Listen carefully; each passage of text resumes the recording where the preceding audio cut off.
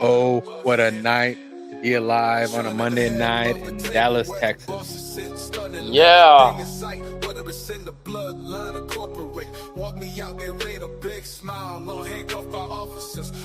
Hold on, on, wait. wait.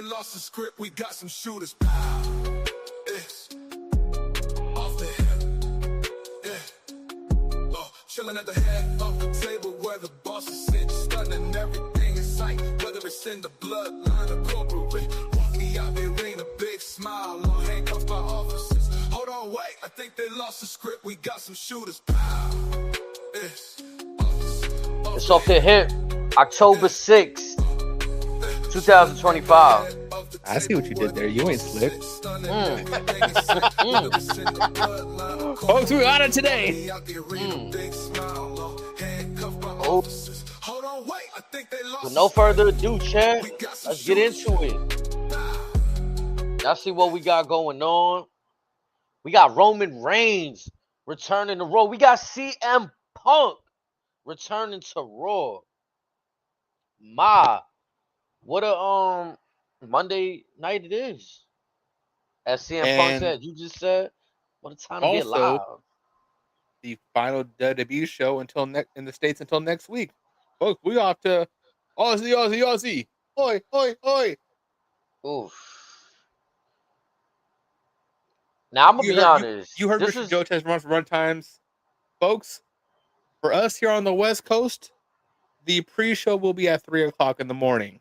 fuck. While the individuals on the lovely, beautiful East Coast will at least get a chance to enjoy a cup of coffee, some breakfast at 6 in the morning. So that day I know I'm gonna have a long day because Snake Eyes got a battle that night. That is tomorrow. Oh, yeah, we're gonna be busy. Yep. Oh, yep. So it's gonna be a very long day and night. But you know what? It's gonna be a fun one too because our Oh boys yeah. bringing them that W. Oh yeah, of course. Of course, of course. The build up to this Saturday, the perfs is it's been weird. I feel like today gave me something, What do you grade it? the build up. Oh Yeah, man, what do you like grade it? shit. If we talking out of 10, I'm sitting at a 2. Like the build up is non-existent. Like it just, I mean, and it's like it's there, but it doesn't mean because it's there that it's good. It just it's not impactful. Like okay, let's peel it back a little bit. We start at the last PLE. They gave us Cody and Seth facing off, and then we obviously knew by what they stated Stephanie was gonna take on the winner of that triple threat between Jade, Tiffy that occurred on that SmackDown. Mm-hmm. Off the rip, it feels like a throwaway PLE. With all due respect to both gentlemen and the females, it just doesn't feel.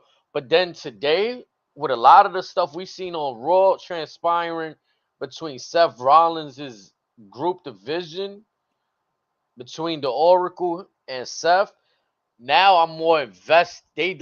Now they did a good job reinvesting me into this video package. Like I don't want to just jump on, but the key moments, like to answer your question, that video package with AJ Styles and Cena. Didn't I tell that? Didn't I text that shit to you? Like, yo, bro, where's the build up for this shit? Like, where can we get like I understand Cena's limited on dates, but so Yeah. tonight they gave us a little something. Actually, that's a perfect starting point right there.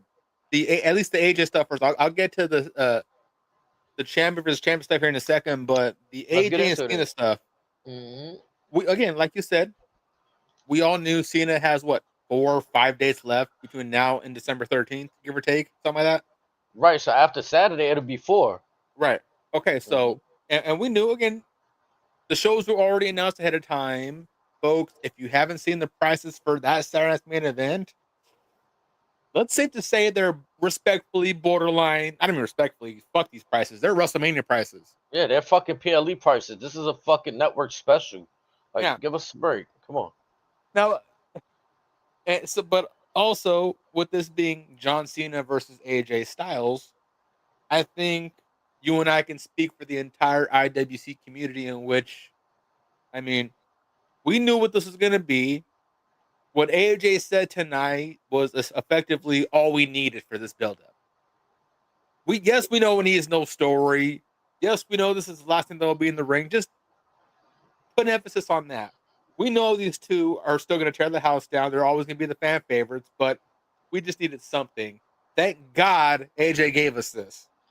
And to, also to your point, I don't want to jump around. I didn't like the fact that they used him in that match, right?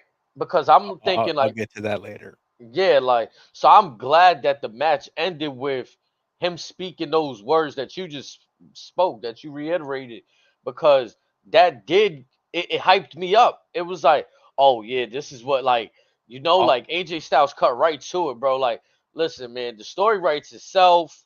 What you're gonna see is kick ass. We're gonna tear it down, and it reminded me, yeah, this is why I love these guys. with that being said, ladies and gentlemen, for those tuning in, Amethyst, we know the OTC had arrived and graced us with his presence. You're probably on your way here right now, but in case you aren't here just yet, I will get to this AJ stuff when we get to the match later in the show. Yeah, let's start off with tonight. Then let's get into it. Roman Reigns opens the show. Woof. Roman Roman Reigns, Reigns. Roman Roman Reigns. Reigns. One's to the sky, folks. Mm. The king is back. And the king was on no bullshit, mind you. It immediately tells us to acknowledge, I love it, and then we get interrupted by Bronson Reed's music. And listen, look, I got so much that I could talk about this right here, but one, it was kind of predictable. I kind of told you the other day, like, oh, they're gonna have Roman. This was on Friday, I believe. I was like, they're gonna have Roman come out, and they're gonna just put together his match last second for what is this shit, Crown Jewel, Yep. and that's exactly what they did tonight. That's exactly what the fuck they did tonight. And if I'm not mistaken, didn't he already go head to head with Bronson Reed already? Which is why I would have been so much more excited for this if they gave us what we really wanted. And that was our tribal chief, the OTC, Mr. 1,317 days as undisputed champion, the present day king versus the future king, the badass, the dog, Mr. 23 miles an hour, the badass Braun Breaker. Excuse me, Braun fucking Steiner. Now let's pay attention to detail here for a second, because I feel like, Am I wrong for that though? Am I wrong for that? no, and this is my point. I feel like, let's pay attention to how Braun Breaker didn't come out with Bronson Reed tonight. Now I know this happened the first time these two faced off, but it's something telling to me about, again, there was things that was said what Paul Heyman said to Seth Rollins. We'll get to that later. Like, this group is going through internal conflict right now. My brain was going through internal conflicts with this damn setup and promo. Now, granted, I love Roman. I love Yeah. Paul. Some of the verbiage in Roman's promo, I would have done differently. A lot of stuff with Bronson stuff, I would have done differently.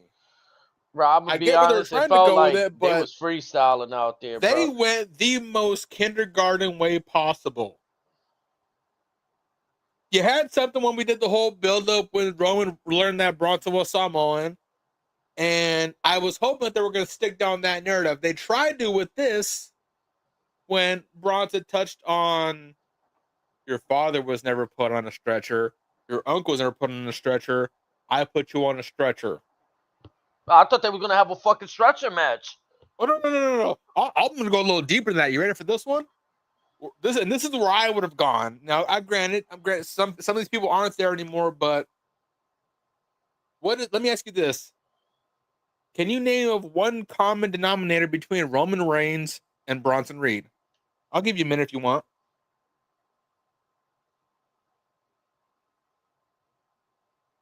I honestly can't think of it right now. I'll give you a prime one right now, and this will lead into my point. Braun Strowman. Okay. Both men have effectively gone to war with this giant and essentially got their ass whooped, but also beat the shit out of him in return. So for that, had the time limit altered a little differently, you could have had these two in one of two matches.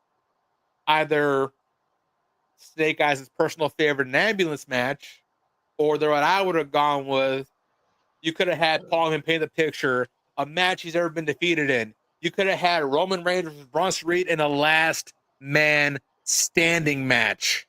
That doesn't work for me though, because Had they paint the picture of something that he's never lost in. If I'm not mistaken, he lost to Braun Strowman in that feud. Oh, that's a Seth came back. But I'm saying, had the timeline been different, had all that, had Seth never want to run it back or whatever the bullshit they were doing, I forget they were doing. A lot was going on at that time. But had you gone that route, especially us knowing that Braun was on, or excuse me, Braun was on the way out at the time, you could have had Braun to win that one, keep that dub on ice for this, and that would at least put something on this match. Yes. I see what you're saying. Yeah. But no. Bro, cause it like I'm tired of like. And didn't they just have a street fight in Paris, or where they were when him and Jay teamed up? But this is what I'm saying, right? Like they're putting makeup on a pig. They're gonna call a no disqualification match a street fight, a no holds barred match. You know what I mean? Oh, like, excuse me, an Australian street fight. Yeah, it's like come because on, bro. The gimmick. Like. You would have had better luck selling me as calling this the Slim Jim tables match. You got it on the table already. I'm not gonna lie to you. Triple H or his team lacks creativity in the match department. In the match, like think about it. Like Dusty Rhodes and Vince McMahon and Pat Patterson were crucial to creating innovative matches. I can't say. Chris Jericho gave us the Chamber and Money in the Bank. Like Eric Bischoff, for better or for worse, but the 3 cages, like it was a fire concept, just wasn't executed well. You know what I mean? Like, but there's certain things that at least were fucking tried. You know what I'm saying? I There's nothing tried here. There's nothing being tried. I understand as far as general concepts. A lot of minds think alike, therefore, a lot of things have already been invented. I get that. But to your argument, does everything need to be their exclusive creation? I mean, for crying out loud, how long have we wanted war games in WWE? And unfortunately, it took until the man's passing for us to finally incorporate it back in the show. Yeah, bro, it's ridiculous. And then again, you look, and like I said, way back when you had Pat Patterson creating the Rumble. I've already mentioned Jericho with the Elimination Chamber and Money in the Bank. How Vince created the Inferno match for Kane. Well, I mean, like, I don't know if that was the first ever fire match in wrestling, but like it suited Kane's persona so well. Like Buried Alive match for the Undertaker, casket matches, ladder, like we spoke about Mankind in the Boiler Room Brawl. The Boiler Room Brawl, like come on, bro, you shitting me? And like, I think for us, I think that the biggest reason why we're so hard on this is because we're probably thinking the bigger picture in which this is something you can legitimately license. Yeah, since you guys are now all about maximizing revenue these days, shit, you're welcome for this idea. This could be your next selling point for 2K26. Email me, I'll give you my home address. They did it with War Games. They made it a selling point in the 2K25 video game where they like, but with that, like I said, how long did they bring that back after Dusty had left us? Yep. Absolutely right. Like, we get it. It's not your homegrown creation. We don't care about that shit. If Duddy wanted to do a fucking G1 Climax style tournament similar to a King of the Ring, I'm okay with it. Just at least make it worth our while. Look at the Speed Championship, as you've once mentioned before. If you want to put significance on it, bring it up to the main rosters. Well, they got this girl Sol Ruka defending it on NXT, and listen, I gotta say, I was very impressed by the double champion Sol Ruka. Excuse me. Yeah, I was very impressed by the style, the type of match that, like the pace that they have to put on. Because if I'm not mistaken, when I first started watching that, they didn't do the light switching colors. Did you watch that match with Sol and Jada Parker? I think it was last week. I forgot what I did. Incredible match. And if you notice, the match starts off with the lights green, and then it goes into the yellow, and then when the time is running out, it's right. Like, okay, Yeah, that NXT was being innovative. they actually they talked about that in the early days of Speed. On that, for those like watching, like as it was growing, that's how they're going to tell. Yes, it's a 3-minute match, but this is how you tell like what minute the match is in. Mm-hmm. And also like, again, with respect to Soruka, as we talk about stipulations, it's kind of like been customary with her style because she works very quick.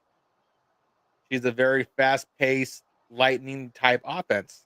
Same with her tag team partner Zarya. Like I said, this woman is a double champ. But and So again, what happened with the men's speed belt? Who has that? I'm not sure. Last I thought it was El Grande Americano, but again, did he lose to somewhere in Mexico or what happened? Guess just no love for it, probably. Like, So are we gonna just do the old Vince thing and just the speed title is just gonna be a women's only belt or what? Like, is that what we're doing now? If so, again, I'm not mad at it but still, just let us know. TKO, just let us know. It's all we want to know. That's not but too much to yeah, ask for, right, SG? nah, it's not. But going back to the main segment and how they set up the whole match for Saturday, I was kind of underwhelmed. I feel like another thing to just put a knot on it for me is I understand we want to put Bronson Reed in a heavyweight contention. He's already there to me. I don't think we need to use Roman Reigns for this.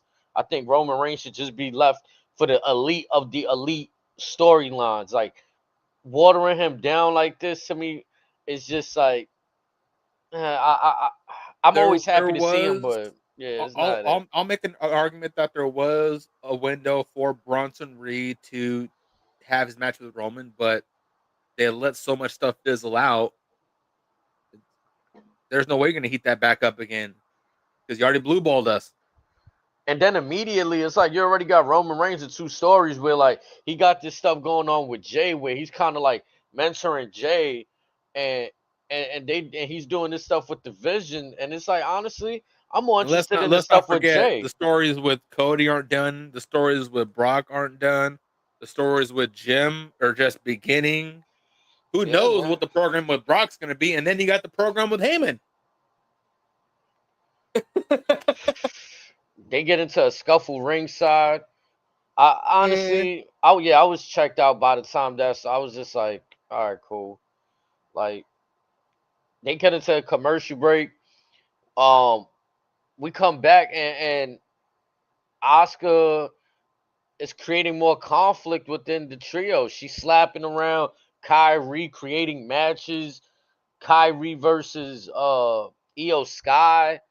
Like on one hand, I think it is funny, but on the other hand, like watching it translate in the ring, I kind of don't care to see these all three of these females go at each other. To be honest,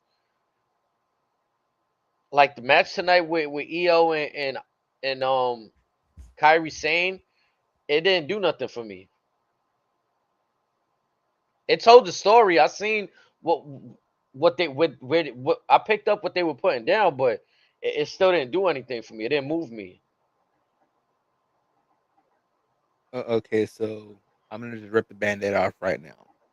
That- Going into this weekend's PLE, I thought I still stand by this. The tag between Io, Rhea, and the Kabuki Warriors is the only story that has my attention because of what they've done. And I say that because the one thing that's had my attention in this program is essentially the growth of Kyrie Sane. Now, I've talked with Streets about this off the record. I've told him flat out, like, as far as the tag match, because of the string of unluck or bad luck that Asuka's had, she's probably determined to prove that she can still hang with all three women. But also, Kyrie's out to prove that she should be in those same talks that Io gets as far as being one of the premier women in the entire TKO women's division. Correct. Because again, if I'm not mistaken, former NXT Women's Champion, former multi-time tag team champion. Like, and again, aside from her size, but she's put on a couple pounds of muscle over the years. But again, even though has a very small frame, she can go in the ring and she can dish it out almost as good as she can take it, and she can take an ass whooping too. This is a woman who got good matches out of Nia Jax at Nia Jax's infancy. So take that with a grain of salt. So I'm very fascinated to see like what's going to happen with her this weekend. More than the match will be fine, but that's the one I'm keeping an eye on this weekend. And that's not a prediction, folks. That's a spoiler.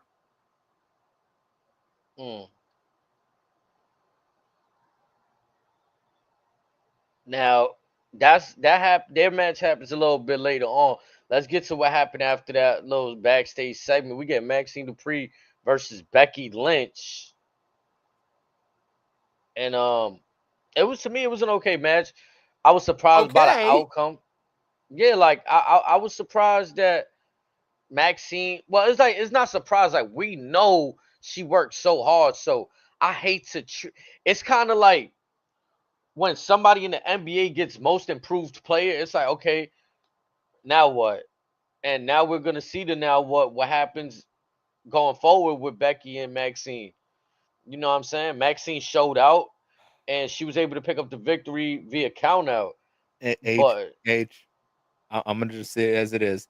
Just say that she is to WWE what Tyrese Halliburton is to your Knicks.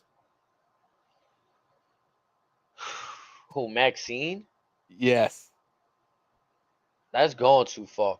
But I'm gonna hear say me out. this. Hear me out. That's a bad transition.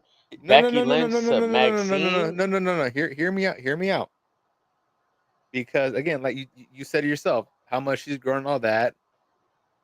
With the exception of them have building her to be super corny, whatever. Ring wise, it's literally night and day just from the last couple months alone. And again, we may see her have. I wouldn't be shocked if they give her some meteoric rise in the next 6 to 12 months. Would not surprise me at all. Again, I'm calling it now. And this match was kind of a testament of that. I mean, if she could reach those Chelsea Green territories of popularity once again. What I'm saying is, you saw how quick Miss Tiffy got popular when she got Money in the Bank. This might be quicker than that. Trust. This may be a very, very long shot. You know me, I'm known for my long shots, but half of them long shots hit. Just saying. Got that range over here. Man, because like, I was surprised to see her pick up the victory, because I know what that's going to lead to next. You know what I'm saying? And again, she don't got to win the belt right now. That's not what I'm saying. All I'm saying is that I promise you, within the next calendar year, come next fall, as we're on the build to WrestleMania in Saudi, mind you, she may be on that trajectory towards being the top girl or one of. Just saying. But I will also double down with this. And I said this before. Becky did not have to clock Tozawa like that. That was uncalled for. Disrespectful. He did nothing wrong. I'm good now. Good. Listen, I think, to agree with you, Maxine thought she was on a great trajectory. Then they just kind of stopped featuring her. Like, you see her here and there. They pair her up with Natalia whenever it's convenient. And I forgot what their tag name was. Yeah. Was it the Battle Blondes or something like that? There's some name that they're trying to push. Oh, the Dungeon Dolls. That's what it was. So her and Otis went from the Alpha Babes to now she's a Dungeon Doll. I'm gonna be honest right now. Again, I know we're going tangent again, but this is almost as bad as. Do you remember when they tried pinning Drew and Sheamus as the Bang Bros or something like that? Yeah. Yeah, this is almost about that was a cringe, if not worse. Man. I'm just saying.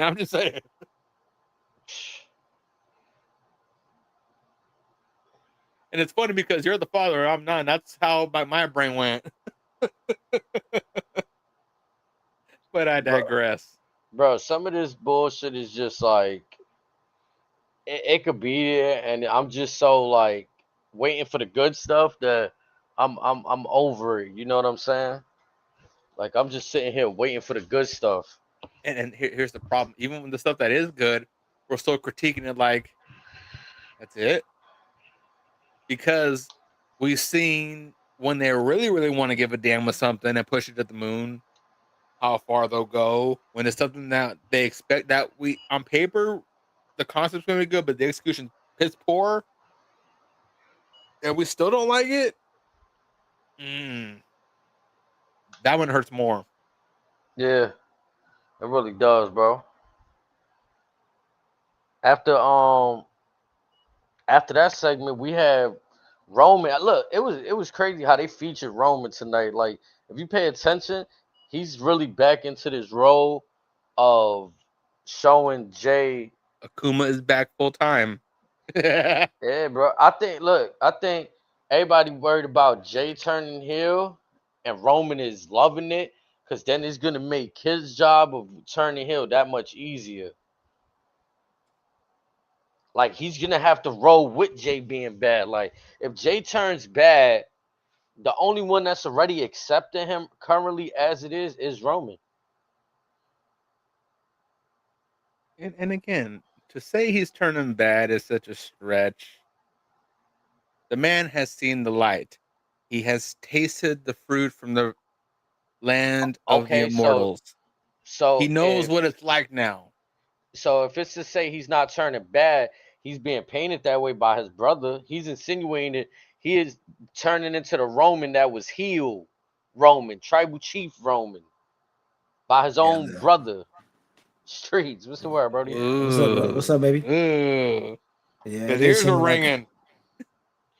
Yeah, I man. definitely have to agree with SD on this. I feel like Roman's definitely leaning towards the hey, man, the dark side. Like I told you, Yeah. this is the only way. Like now you're getting it. Even if you have to leave your twin brother, he's like, you think I wanted to do this to my family? I had to. So you got to become that dog if you want to win that fight sometimes. So I like it. It's cool to see it unfolding.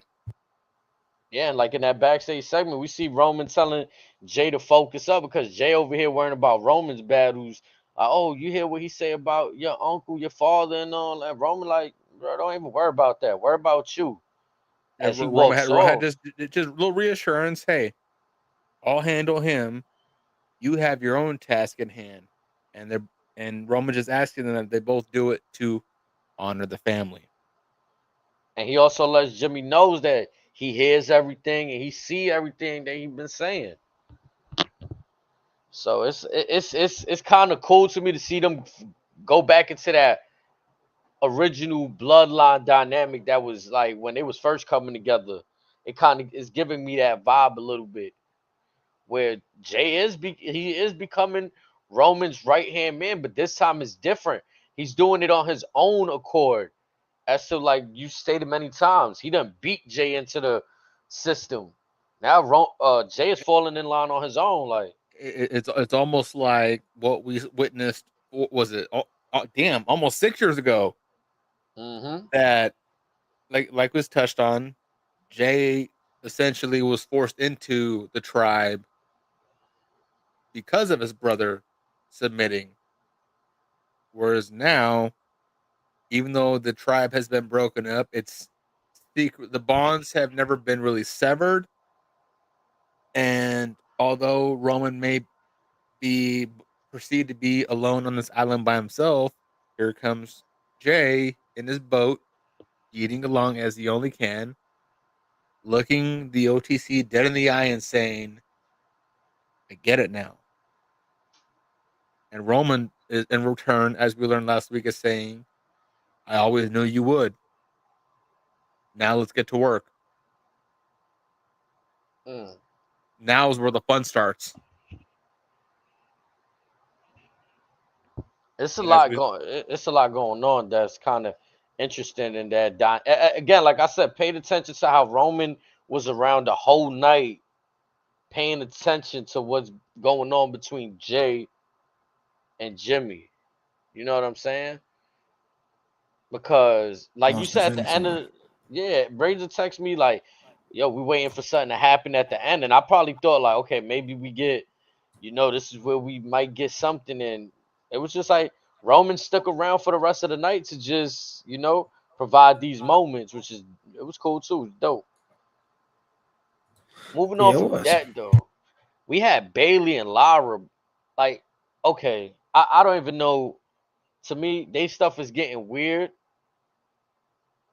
Like, we already got Charlotte and Alexa that was fighting to like not be friends, and now they friends. And I feel like we're seeing Bailey and Lara. They started off not wanting to be friends. Now it's like Bailey's trying to force her to be her friend. Like, it's a weird territory where we at with them. For It sure. led to the Roxanne Perez and Lyra match happening. How'd y'all feel about the match? I thought it was straight. I thought it was straight. He said me. I'm screaming. It was okay. it was fine. Yeah. Um, I will say that I am kind of getting tired of the whole personality changing and the whole, 1 minute See I'm here, the next that's minute. funny. I actually enjoy that part. My biggest denominator is that regardless of what Bailey's trying to do, Lyra just seems out of place to me. Yeah, Yeah. it seems like her time is up for sure, and And they're I won't trying say to time is usher up. It's in, just it's like Bailey, but one, it's just like what is their initial motive to get her over, and two, has she considered a plan B as far as like whether it be a storyline probability, maybe an evolution to her character, like something.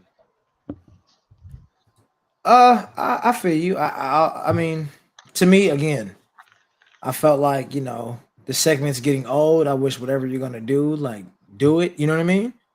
And get to what the destination you're trying to get to, because this dragging it out. This 1 minute I'm happy, the next minute I'm angry, and the And next minute it's honestly, just a back and forth. Like I could get to the end of this. That's in my personal opinion. That's just me. no, I agree. And to further confirm your suspicions, unfortunately, this whole angle or program, whatever, would make a lot more sense if it included AJ Lee with Bailey because that was what she was known for as well. So if we were just For sure. doing the next gen of that, that's one thing. This is just all over the place. Yeah, it is, and it's kind of like I don't know. So like, to me, it's getting old. But that's my personal opinion again. You know what I mean?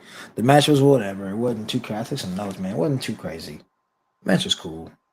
Nothing You that know you're what gonna be this like, give me? You oh know what this man, give me vibes of, bro? what's that? Like, you know how you got like that off-brand cola from the supermarket, like it's Don't not say, even don't like, say The it. diet. Don't say it. Don't yeah, say it's The it. like Dr. it, K, not the Dr. yeah, K. Oh RC yeah, man, Cola. not yup, RC the shit Cola, that just Dr. say K. Doc, cola. oh, hold on. No, no, hold on. Let me ask you this: where you Not guys the are at? Do you guys have cola, Mountain Lightning and dog. Doctor Thunder? Yes, Dr. Thunder, Mountain Let's Lightning, and go. Dr. Thunder. You best to believe it. Mm-mm. We grew up Let's on go. it. We grew up on it. You hear Let's me? go. I ain't gonna lie, if they got So, those around here, my whoever's eyes haven't watching sent this, those. please clip this and include Yeah. that step of this clip. We become best friends. Dude, that's right. Man, I'm screaming. They definitely do have that out this way. I've definitely I'm trying to tell you, giving me that brand like it's that off cola, and you trying to preserve that shit. Like, bro, that shit go flat as soon as you open it, bro. screaming. Yeah, It's real over. does. It really Hey, does. H, you know what that means, right? What's that? Oh, brother. Oh man, like it's just this. Like when I watch the wrestling these days, I want some importance on like what we here for. Like And I feel like when a certain regime was running it before Vince, it was more Mhm. like the mission Say statement. his name, he will not appear. You're okay. You know, he said he hesitated right there. He didn't want to say it. I don't want to get banned off the hip. You feel me? Like the Factual. whole feel was different. Like it's to win championships. Like maybe for the females it was a little different. They had other stuff going on. There's other stories like love stories and you know what I'm saying, basically having them be hoes and shit. But I feel like this is just silliness right here. Like you got these girls just crashing out basically, like because that's what Which it I came don't to. mind. I don't mind, but it's one of those things where, speaking of the women, I believe Pink had lyrics that said it best. Just give me a reason, just a little bit's enough. Mm-hmm. Like I'm not gonna lie, the segment As Streets is just singing the song in the back of his head. the segment that happened later on, like I wasn't for it. Like maybe it was me getting old, but AJ Styles and Penta talking. Then you just hear all these girls screaming, "Ah, bow!" Loud band. Like, nah, y'all doing too much now. Y'all doing Doing too too much. much. You're doing way too You much. doing too much. Like it's like nah, I'm good on that, bro. Like Screaming. so yeah, like the too much. It was fire how they ended the match and Bailey's picking her up like nah, we gotta go whip their ass. We gotta go get them. Like it ain't over. Like you know what I'm Whoop saying? that But trick, Mm-hmm. whoop that to trick, interrupt a whole whoop nother that like trick, whoop yeah that nah, trick. I I don't know if you wasn't guys jacking it. noticed that chant is taking over Raw and Yeah, SmackDown. I heard that when they was doing that whoop that trick. That was funny. I heard it. Yeah, I had it on I've my heard. nose. I was like, I'm whoop hearing almost that every trick. segment. Yeah. That had me rolling, bro. So again, that gives me hope for that. That tells me that again, you're I don't know how you're gonna feel about this, but I'm gonna say it anyways. Trick Williams has transcended Carmelo Hayes. Mm. This Yeah, tells me for everything I now. need to know right now. For now, yeah. Hey, what do we say? What have you done for me lately? Mm-hmm. The man ain't even there, and we're hearing this chant. Yeah. Actions speak volume. So right now, the imminent future is very bright, and this tells us, for those that may not be watching what's going on Tuesdays and Thursdays regularly, that NXT and TNA are doing an exceptional job. And once again, at the end of the day, kudos to Carlos Silva and kudos to TKO. Mm-hmm. Facts. They're doing a thing. Can't hate on them. But as we circle back to the this women's segment, to keep it short and sweet, whatever this is, either wrap it up next week when we come back from Australia, or maybe it's best if you pull the Vince thing, and if not, at least plug and play a different player, or just move it along to something else. Because if anything,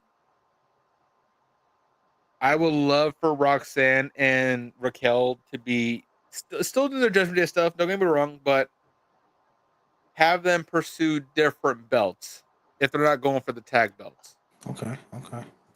because they need to get back on that, because we both know how good they could be, but it's time we start moving those conveyor belts respectfully. Yeah, I'm not gonna lie. Yeah, I was looking at that. You know, they was making a statement when JD and Finn came out with Dom. With not to get too Yeah, far ahead, but with yeah, all yeah. the So gold, and it did make why me look like why wouldn't they put the gold around the women's waist as well? Because that would be when, a huge statement. You know what I mean? So especially when these women are, I would say, equally as talented, but also these are two of the most underrated women on the entire roster. mhm. I'm saying this right now; they are drastically underrated. Yeah, Booker T ain't calling Roxanne and his prodigy for no reason. that's true. He ain't been standing on that for no reason. Raquel, I love you, girl, but you've been had your fair share of injuries and bad luck and all that. Now you're back in your zone. Let's see what you can really do now. Put in them deep waters. We know you can hang. We've seen you hang. Just let her go. It's not hard. It's not And I hard. Not at all. And I promise you, since everyone wants to talk about ratings and shit like that, that'd probably pop bigger numbers than what they're doing right now. It might. Probably will. You know. I mean, I think. I mean, who would you see going for? Obviously, Raquel going for the main title. But you're saying, Nah, I ain't Roxanne gonna lie after. though. Charlotte and Alexa is too popular right now to get them girls the belt. To get these two the belt over Charlotte and Alexa Bliss. Who you think they want them off of? But this is what I'm saying. You're suggesting taking it off Alexa Bliss and Charlotte and putting it back on them. No. Because to I'm get the also, gold, I'm no. also, Because to get no, the no, no. gold, that's how they got to get it. I said Ooh, get That's them how they on their got to own- get it. What I said was, and you can play this back, get them on their own trajectory. So I'm saying you can do that, or you can have one go for the US belt, one go for the IC belt. They got to be on different brands to do that. The tag belts can be on both brands. If they can pull some But I'm free saying bird the US, shit. the US Hold on, women's and the hold- hold- Intercontinental. Hold on, hear me out. Since most of these tag teams are on some free bird rule shit anyways, let them crash both brands. I mean, they should go away with the whole brand. Now I'm in agreement with they should go away with the brand split if there's no like what the hell? We don't even get no roster updates. Like there's no like definitive Raw SmackDown. It's just like No, but again, I'm not sure if you've noticed, but like I said, like especially with the women, all of the quote unquote female tag teams, they've been going from brand to brand as a collective. So if they're already on all three shows anyways, shit. How one could say, I want this belt, the other could say, hey, I want that belt. You ain't breaking them up. They're just saying, hey, I'm just calling dibs. I'm here anyways. who Charlotte and Alexa, I'm talking about Raquel and Roxanne. but they on Raw though. But in the last month and a half, 2 months, how many times have they been on SmackDown and NXT? A few times each. Yeah, cause they challenge it for the women's tag team belts. Who's to say they can't argue that they want to make a pit stop and do this on the side? Contractually, I don't think that's possible, sir. Sir, as much bullshit as Adam Pearce has allowed. Now, Nick Aldis may say otherwise. Angel might say otherwise. Adam Pearce ain't gonna say a goddamn thing, and you know it. Yeah, so they All might he's get away gonna with say the. is, But that's you go, Becky look away Lynch. from the camera. Okay, so let's position it. Damn Nah, it. so let's position that. Who will we have out of these two beating Becky Lynch? Roxanne? I'm Roxanne's not sure ready, about yeah. that, but I would happily see Raquel with the US belt. And then that would, hear me out, that would further fuel the story that we're going to get come the 2026 when Liv Morgan comes back and wants to get smoked with Roxanne. It's all going to line up perfectly because Roxanne can always stay in that the main title picture, and ain't no shame in Raquel going for either secondary belt. Type shit. Like you said, you've always wanted them to do that HBK Diesel stuff. You have a legit chance right now. You're welcome, folks. Now, where does Liv fall in this? Does she feel a certain type of way that Raquel Let's see. She's got smoke with Roxanne. She's got smoke with Rhea. She's got smoke with Nikki. Fuck it. She's got smoke with Charlotte. It don't matter where you put her. She gonna make it work. Because like many of us have always known, she is that damn good. Shout out JBL. Snaps fingers on that. There you Got go. Yep. Folks, like I told you at the top of the show, we on some bullshit today. More so, old razor. But would you expect anything less? We briefly touched on the Razor, but this was the next segment. It was the AJ Styles and John Cena video package that aired. Brother. You didn't enjoy it? You didn't fuck with it? No. That's the problem. I love that video package. Not because WWE, they've always done very, very well done cinematic video packages. I'm mad because it took till the go home show for us to see this. They could have very easily have done this either in an in-person angle or a even shorter video package weeks ago. I feel like they're gonna show this shit on the kickoff again. We're gonna see this Oh, shit on Saturday. Yep. If this match doesn't open the show from now actually now until the show starts, I'm talking SmackDown, I'm talking the pre-show, and throughout the PLE, I'm telling you right now, the over and under on this match is gonna, or on this specific promo segment, is gonna be at least 5 throughout 2 days. Maybe let's see, probably no 24-hour time span.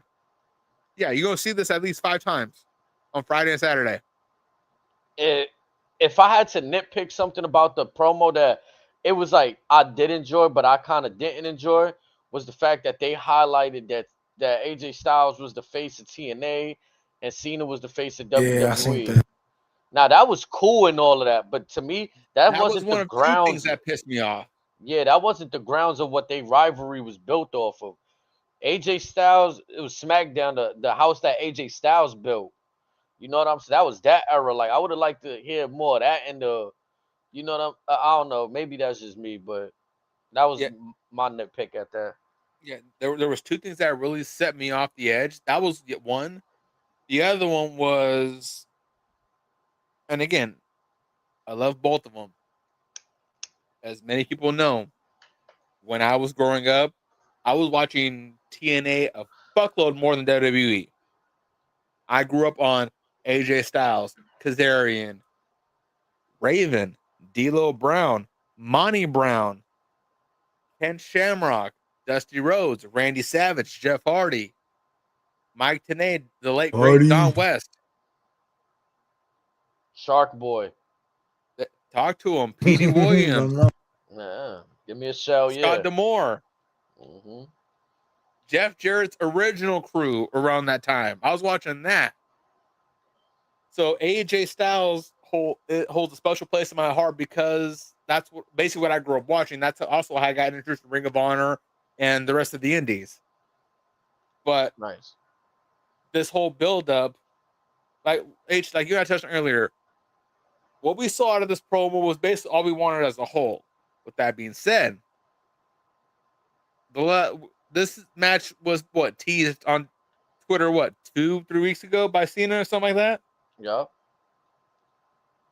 And again, Joe Tessitore, probably even less than that, right? What? No, it might have been 2 weeks to the date now. This further proves my argument. Joe Tessitore, God bless your soul. This has nothing against you, but WWE, the fucking gall to clamor that this is what the internet wanted to see. Where the fuck do you get off? Yeah, I'm not bad gonna lie. It's bad enough you had us know that Cena had 40 dates. We all essentially plan, hey, at best, plan a certain time frame for certain folks. And a lot of us kind of already expected that maybe AJ may not make the cut given who was allegedly available. And I use that term loosely. And AJ got to a point to where he said, hey, yeah, I get it, man. I'd be in the cards, but it'd be fun one last time, blah, blah, blah. Fast forward a little bit longer, Cena puts out that tweet. And I don't know if you remember at the time when we covered it, it was fairly 50-50. Nothing was very definitive. Right? Or am I seeing things? In terms of what people wanting to see that match or AJ Styles? At the time when we covered it, it was pretty 50-50. I don't remember it being 50-50. I just feel like it wasn't as clamored for, like, but that's kind of my point. It's like, again, there was like everyone was like, if it happens, cool. If it's not something that we need to happen. Like I said, when we were getting the build up, I know it's in the match, the build up to Brock. It's like, fuck, here we go now. Or I'm not gonna lie, when we got the build up, or when we got the build up to Randy, when we had the small build of truth, it's like, hey, what if this? But there was some inkling of hope there. With the AJ stuff, it's like, if it's cool, yeah. If not, we're okay. Nothing against AJ. My point is, WWE already let us know in advance this isn't a priority. We were accepting of that. And to say that this is what the masses wanted to see, I'm sorry, you are sadly mistaken. I think Cena doing the move against Logan Paul kind of like it's like when you're about to throw away that. So me and Streets make this analogy all the time because we got kids. It's like you're about to throw away that toy. I know where you're going, and you're gonna hate where I follow up with. And the kids see you about to throw that toy away, and they're like, "No, we want that Now toy." they want it. Yeah, please. It's my favorite now. Streets especially, you gonna hate where I'm going to get this. I think that's where the fans went with that one. Oh damn! Oh damn! Hold on, let me finish this drink real quick. Okay. I'm gonna play devil's advocate for a few moments here, so guys, bear with me. All right. But with that same logic, there is one name that has been constantly popping up for December 13th in our nation's capital of Washington, D.C. as Saturday's main event. Edge? You talk about Cope? Yes. Listen, I wouldn't be surprised because I feel like really. Listen. Life is full of like I don't know why. No. Hold on. You gotta look me in the eye with this one. Why? Because like it's just saying I'm not saying he's gonna beat it. I just think you gotta look me in the eye with this. Yeah, I wouldn't be surprised. I wouldn't be surprised. The sheer fact that you stated that. No, hold on. Before I go any deeper, a lot of folks understand.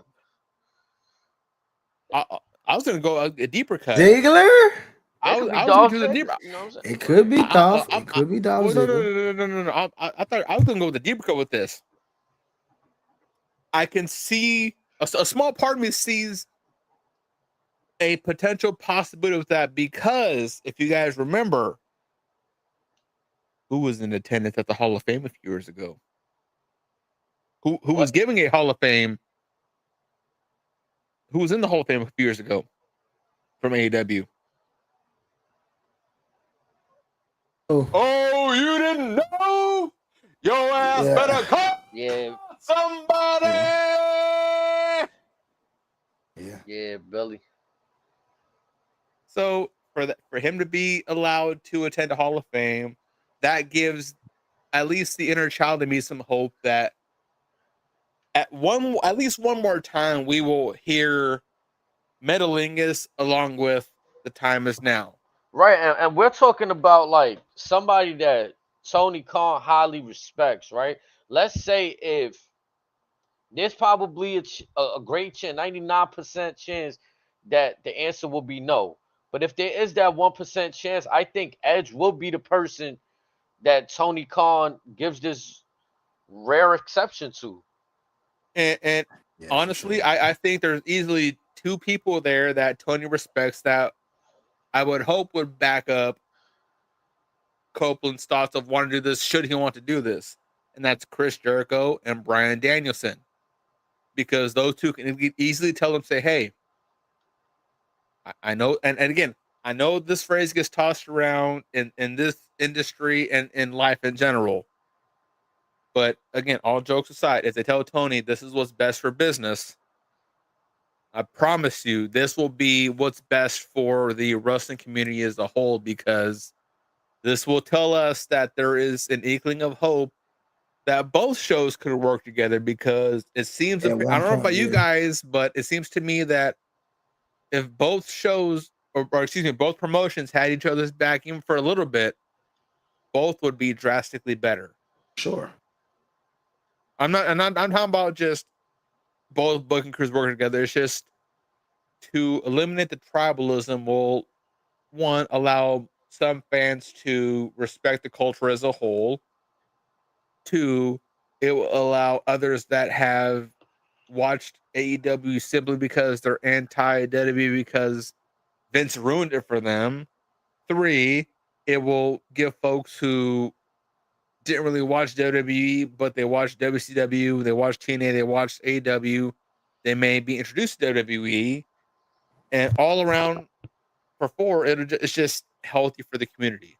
Now I know it's a little bit different, but Did Marvel and DC ever do a crossover? Oh, I'm glad you mentioned that. Go ahead.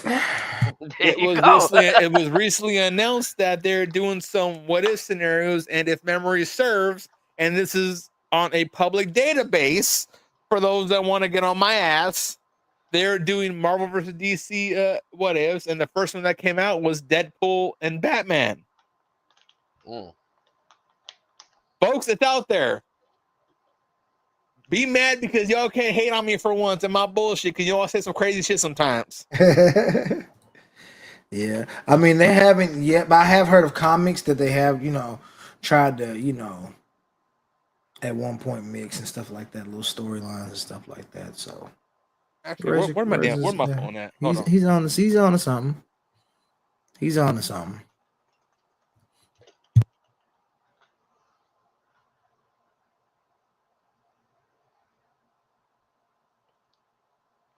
Now I think like Razor's point, if by any Hold chance on, that no, happens, no. that'd be great for For the both. folks that are anal about factoids, you may want to pull my camera real quick because I have some actual information right here of the prices for said comics that are out right now,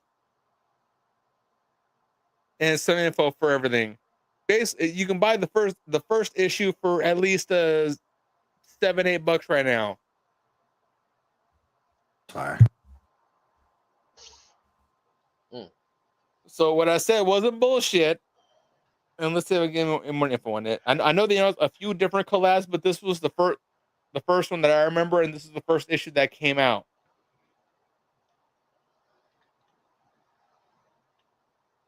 So yes, folks, in theory and in principle, we now have a Marvel versus DC universe that is canon. Suck it. I mean, He said, "Suck it." I was screaming. All streets. I've been on some bullshit today. H just sitting back going, shit, here we go again. nah, I'm just trying to think of ways to validate what that that edge stuff, because it's like we've seen it. 50 Cent go to beef, real people get shot over these beefs, and he's able to smile Hold at on the one cameras second. and do business. Well, and like I said, what gives me hope personally is I look back on 2019 and Billy Gunn going to DX's Hall of Fame induction. Yes, Triple H cracked a joke about how he'll buy that pissant company, blah blah blah. But at the end of the day, We could it's go one of even those. back It's to the like, video packages when Jericho was who they were congratulating on like 20 years. When oh god, damn it! Was it Taz? no, it was No, somebody in WWE, and they allowed Jericho to send over. I think it might have been Cena, or was yeah, it Randy? it was one of those two. And they allowed them to send over the footage. Yeah. So like I said, if Pardon me. like if we do, again, I know we've been on tangent for a while, folks, but again, if by some act of God, Tony Khan does allow us fans to enjoy the privilege, and I do mean this, the privilege of enjoying Edge versus John Cena one final time. Again, I'm a big believer in karma. That would do worldwide wonders for Tony. The only thing is that shit all sound good, but I really truly feel like WWE is in a weird, like they doing shit worse than Vince. Like Vince did Okay, shit. let me ask you this real quick. I know I have to feel where we're going, but let me ask you this before you go into that note. Say it's Edge asking Triple H man to man,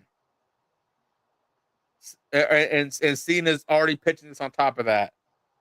Is Triple H, Paul Levesque gonna tell John Cena and Adam Copeland no? It's not up to Triple H though, in my opinion. Like I don't know I'm just saying, like if I'm looking at a big business standpoint, I'm just saying this shit is if larger than Triple H now. But I'm just saying, if The Rock, R. Emanuel, and Nick Khan claim the answer to him, I'm calling their bluff. I understand contracts and all that, but if they claim So what why they not? So claim, why not keep Edge around when he wanted more money when he left WWE the first time? Like when his that's why I said yeah. if they claim this, and this could be a legitimate possibility, I'm calling their bluff, man to man. I said it. And you can put me on camera right now. I'll tell them right there. I'm calling your bluff. Like, you gotta think about it too. CM Punk situation happened to prove a point. That shit was like borderline, like LeBron getting J.R. Smith and Shumpert from the Knicks. Like, I could win with them. You can't. Aha. Like, yeah, he a good player. They good players, but we could win with them. Like, they didn't have to sign CM Punk. They didn't need to. Here's why I discredit the CM Punk talk moving forward until the foreseeable future. They just took Andrade back. Andrade, as we all learned, allegedly clocked Sammy Guevara in the face because he was trying to get fired to get out of his contract.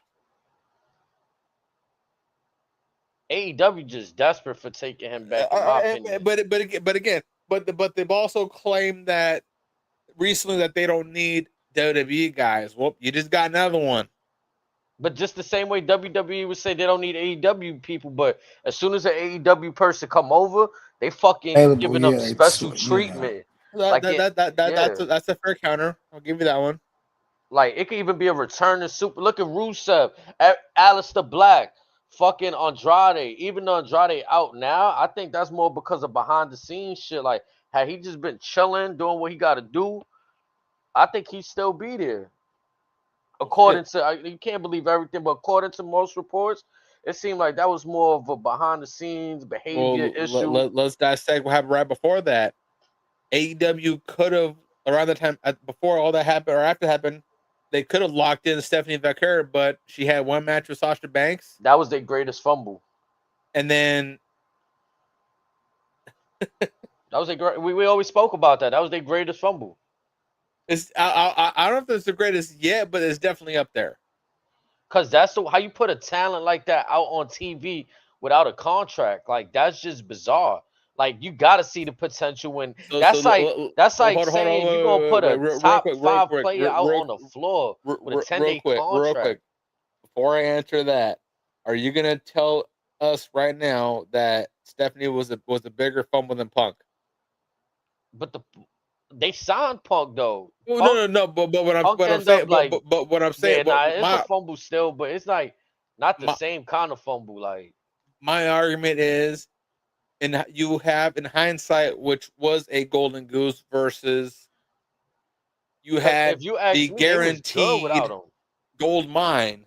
They was good without Punk. They had an identity. When they picked up Punk, their identity shifted. In my opinion. It really. It became the whole CM Punk show. Like, AEW became synonymous with CM Punk and MJF at that point for me. Like, I may have to look back at this, but was Cody and no? I know Cody was gone, but Jade was still there, right? Yeah. Okay. Rusev wasn't there just yet, right? The first time? There. No. I'm talking about before Punk. Nah, I don't. Yeah, but I'm not sure because Miro been there for a minute though. Remember, he was there with. What was it before Brawl Out? Was my question. I can't really remember too much. So what I'm getting at is like the reason why I hold Stephanie the same voice as Punk over there is because Punk was a name enough for those that may not have been that are fairly into watching professional wrestling was CM Punk. For at the time, for the span of 5 to 8 years, that voice was hijacking just about every WWE show and their mother and twice on Sundays. When us fans learned of this opposition / alternate form of entertainment, as again, I use that loosely if you want to call it that. We learned of this program. Many quote-unquote WWE lifers jumped ship. And they still chanted the name CM Punk there for about a year and change. A little bit after a year, Tony created a show just for CM Punk before he got there. A la Vince McMahon creating SmackDown for The Rock. And then fast forward, we get Brawl out and blah blah blah, and we got the Pepsi Man back on WWE. My point being is, I know I've been long winded, but you have Stephanie Vacker. Yes, she was there, not on contract. However, technically she was, because she was contracted through New Japan, who was a partner. So she was, but she wasn't on contract there. As a match with Mercedes, the match was, again, I'll admit, was pretty good. Ran it back, wasn't too bad. Or one was, I believe, for New Japan. The other one was under AEW. So somewhere around that time, at that point, she decides, hey, AEW don't got what I'm looking for, or I don't see what I'm looking for in them. WWE appears to be more promising. H, if I'm not mistaken, she went to WWE or announced that she signed not long after that match with Mercedes, maybe a few weeks. And Yeah. that notion alone, just the fact that she went there a couple weeks later, went over here, that lit the internet ablaze.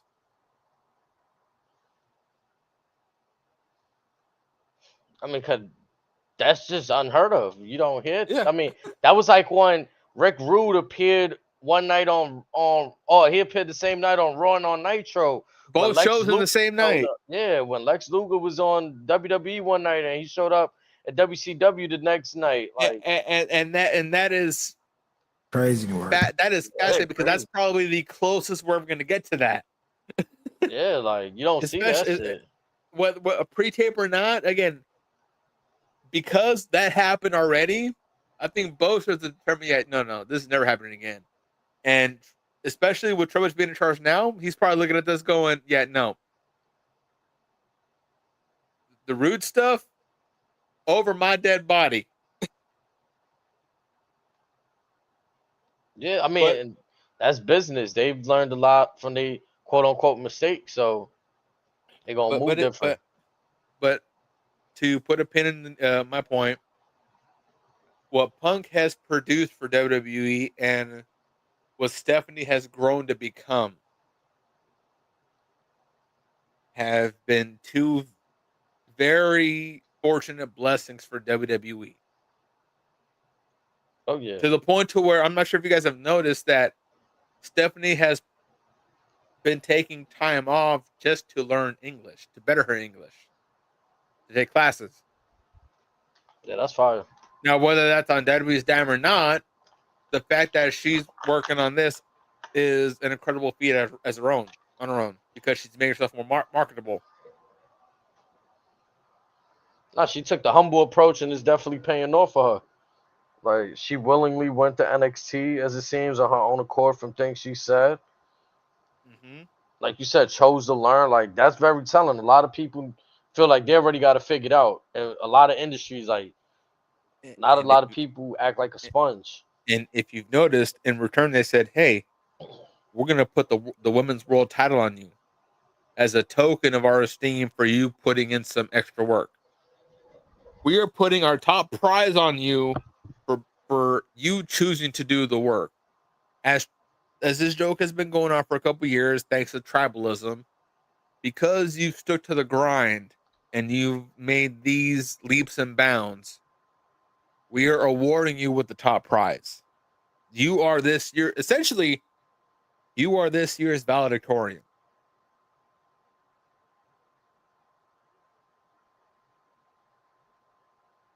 How else do you put it?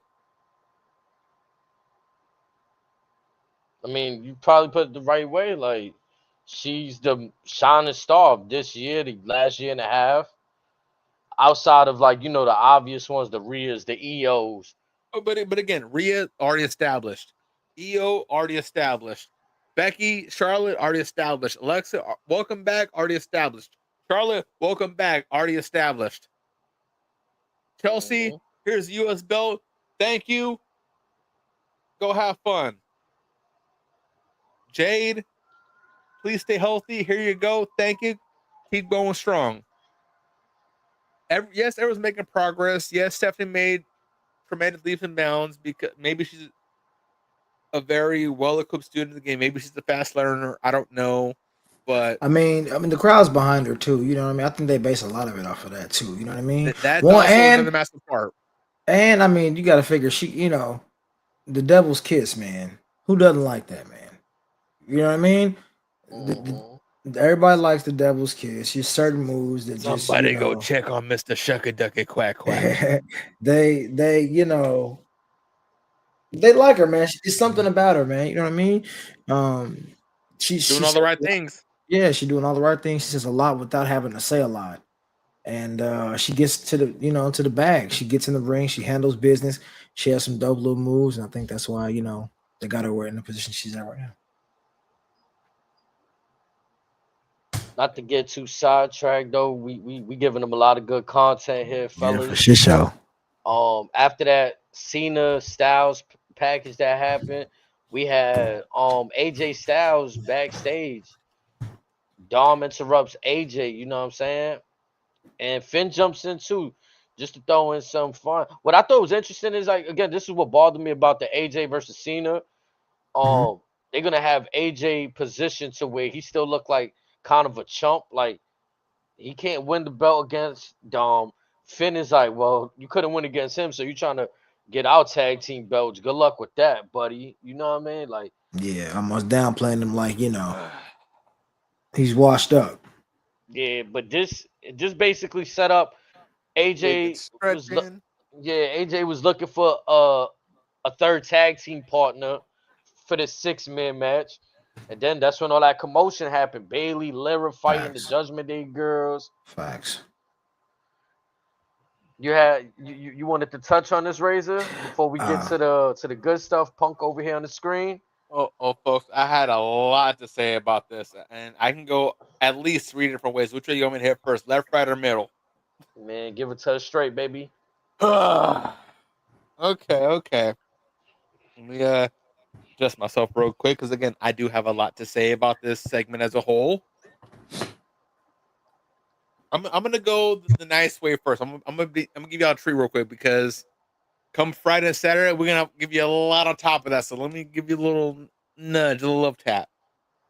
Where I would have liked this to go, especially with them painting the picture of someone wants AJ on the outs, and I've had a lot of time to think about this, but if they were going to go the route of someone wants to be gone, blah blah blah, one name came to mind.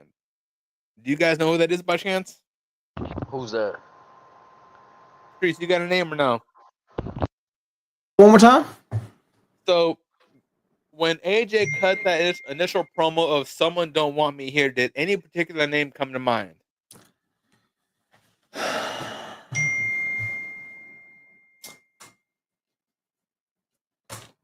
don't know. Maybe Randy. I don't know why. But I don't know. Okay. So let me paint this picture from you, and set the table, if you will. All right. When Finn Balor got called up to the main roster, what's the one thing that he wanted to do?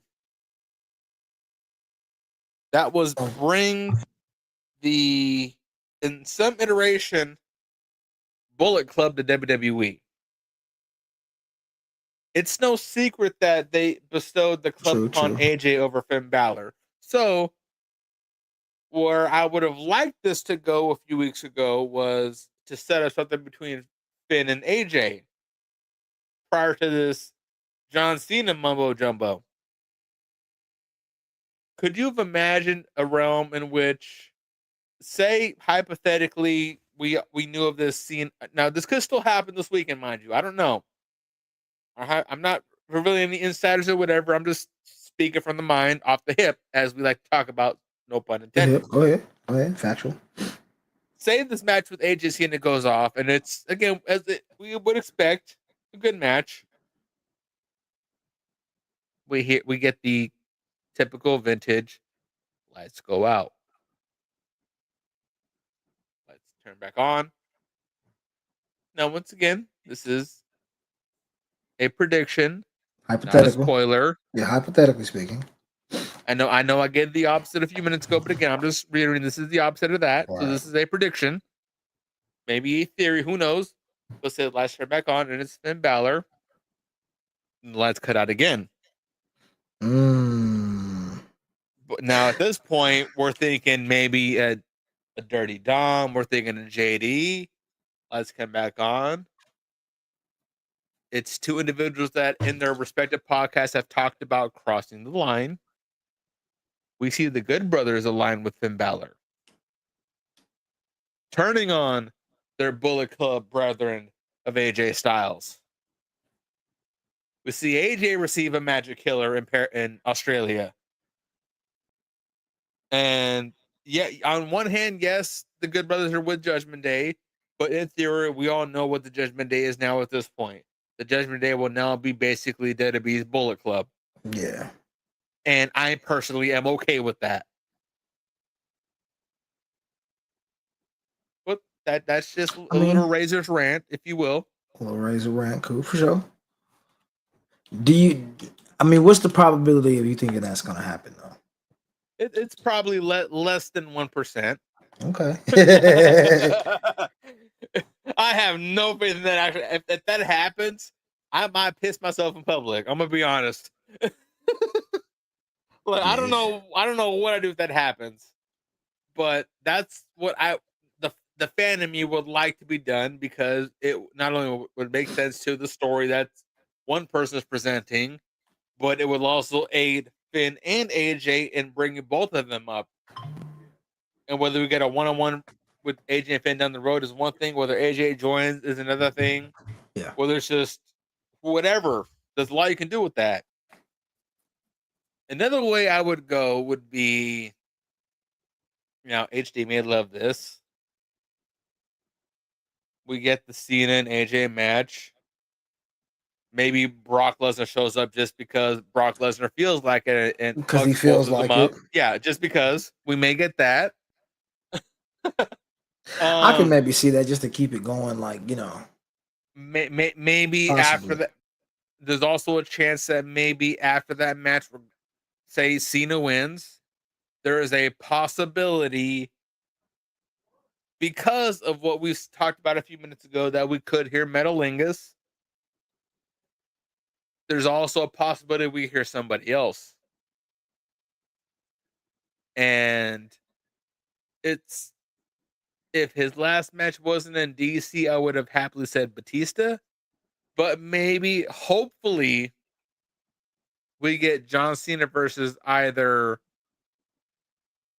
a Nick Nemeth, or we get a John Cena versus Alberto Del Rio.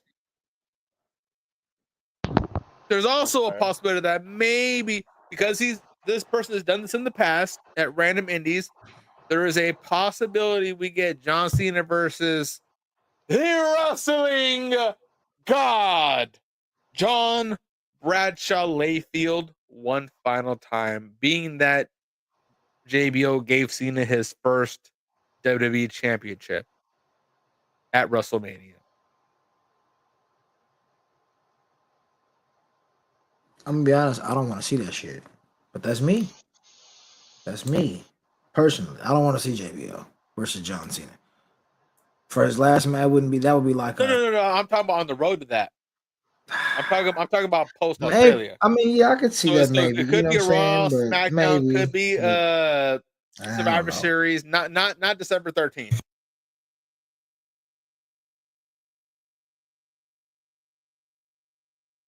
Yeah, I don't know about it, brother. I'm gonna be honest with you. This is me. It's my personal. I understand. I can feel HD shaking his head in the background. Bro, I'm fucking screaming. Sticking about JBL out. Keep his old ass on the commentary, bro. He's done. No. I promise you, he was shaking his head about 5 minutes ago. Bro, the JBL shit got me, bro. I ain't oh shit. Oh man, I love it, bro. That's dumb. No, I don't know about JBL. Shout out to JBL and Farouk, man. Look, you know what I'm saying? So let me ask you this: if Cena had about 20 more days to piss away, would you consider it then? If you got 20, yeah, but 4, you better get out of here, buddy. One hand left, I'm definitely not putting JBL in the hand. That's over, bro. Sorry. Yo, but think about this. Put this in perspective for a second. He did have 20 dates. They just burnt them shits on stupid ass promos. No, they burnt half the dates during that first UK tour. Telling you, bro. Remember, he was on Raw and SmackDown every week. Yep. And the stuff with Truth. That's another, what, 5-6 weeks? So, yeah, that's over half the dates right there. We're talking from the time of this recording, 21 to 26 dates was just UK tour and R-Truth stuff.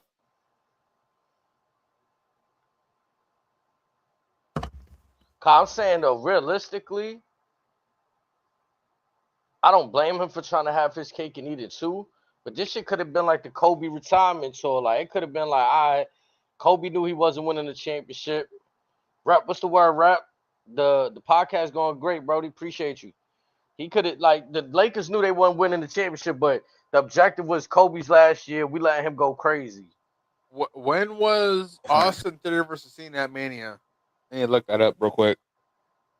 Probably like 4 years ago. Maybe 5. What happened first? Theory versus Cena or Solo versus Cena? Theory. That's when the tour should have started. I'm telling you that right now. I don't gotta look at my phone to verify it. That's when it should have started. My brother Razor be on some unprecedented shit. You heard streets? This nigga on some 5-year retirement. Hey, no. Hear me out because hear me out because when we're paying respects to the king on his go away for what he's done for society, we want to pay him that respects, right or wrong. Facts. Okay, so with that being said, all these programs that we knew off rip would have been fucking money in an environment to where suddenly they want to maximize revenue. All right, cool. We're going to guarantee you that money. Just with all due respect, shout out Dave Bautista. Give me what I want. That's all we ask. It's a fair compromise, especially between then and now, which has been the better part of what, 5 years. Why he just couldn't win the championship, bro, at the end of his tour? And you nobody could have done that him. instead of not even announce a tour. You could have done that. Again, there's a lot that they could have done, but here we are. But if they were going to announce set amount of dates, this is how you would have done it better. Like, you think about that. Think about that for a sec. That would have not been impactful. That Cena, right, breaks the record, number 17. Say we get Cody versus Cena Mania this year. And the no inkling of a tour. It's just we announced the match. He wins the Rumble, blah, blah, blah. He wins 17. We're like, what the fuck? And then he says, I'm running out now. Or he says, in X amount of dates or appearances, whatever, however else to word it, I will be retired from wrestling. Once he says it, then, okay, we have two different stories, no pun intended. But us going into this and going into that match with Cody, he pissed away a good chunk of the dates already, and you and I covered this then, and we called it stupid then. We knew they were on the ship to failure. They were just gonna fuck this up. It's like, you're already going this path. How the hell are you gonna fix it? And as we learned, they turned him heel because they got bored of him being a heel because everyone was gonna cheer him regardless. Blah blah blah. Again, they pulled the Vince. And here we are now, 5 dates left, and it's been nothing.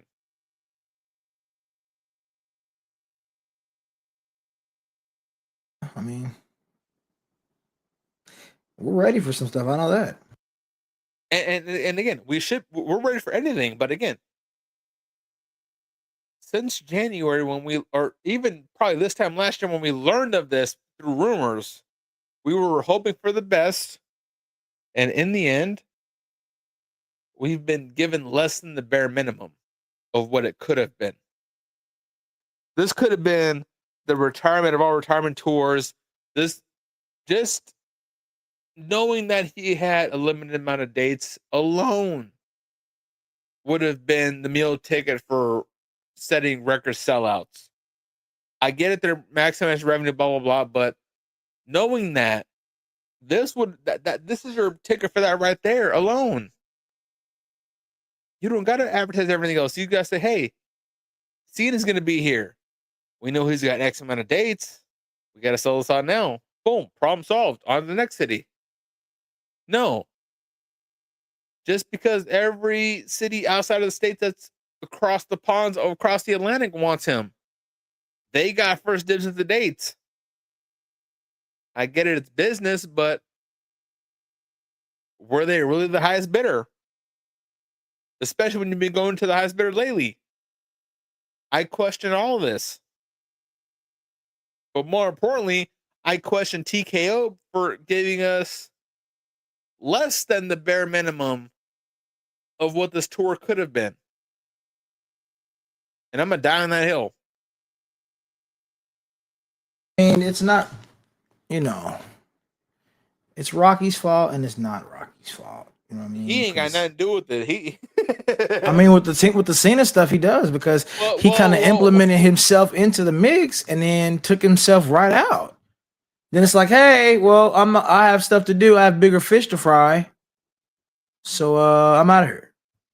Here's why I don't put all the fault on Dwayne for all that stuff, because before Chamber, before Mania, Cena I'd already done like 10, 12 dates in Europe already, so they're already won a chunk of the dates. Yeah, true. By the time Chamber came, as we learned from Unreal, this quote unquote decision was made that day, blah blah blah. Because Cena had said no to something? Absolutely.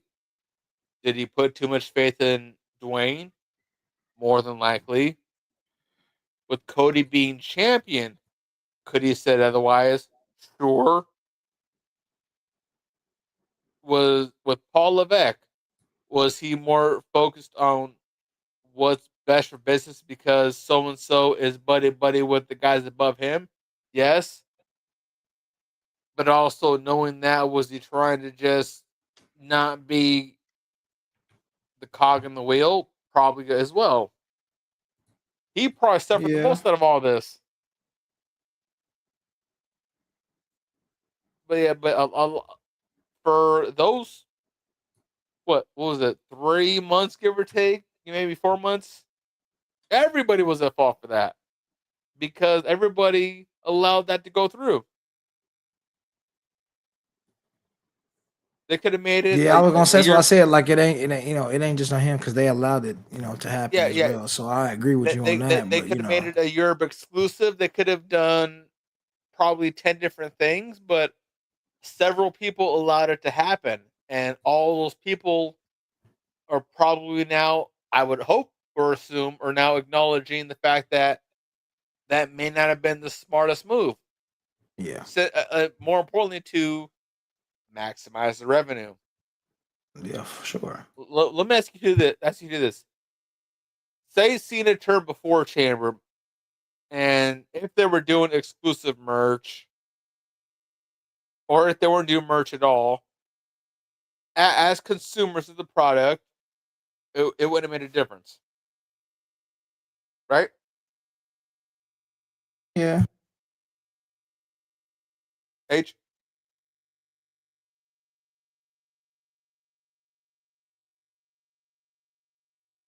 I got him crashing out right now, probably.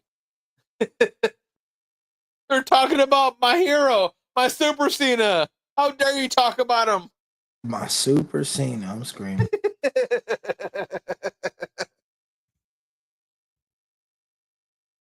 At the Super Cena serum. How dare you talk about Big Match John like that? No, but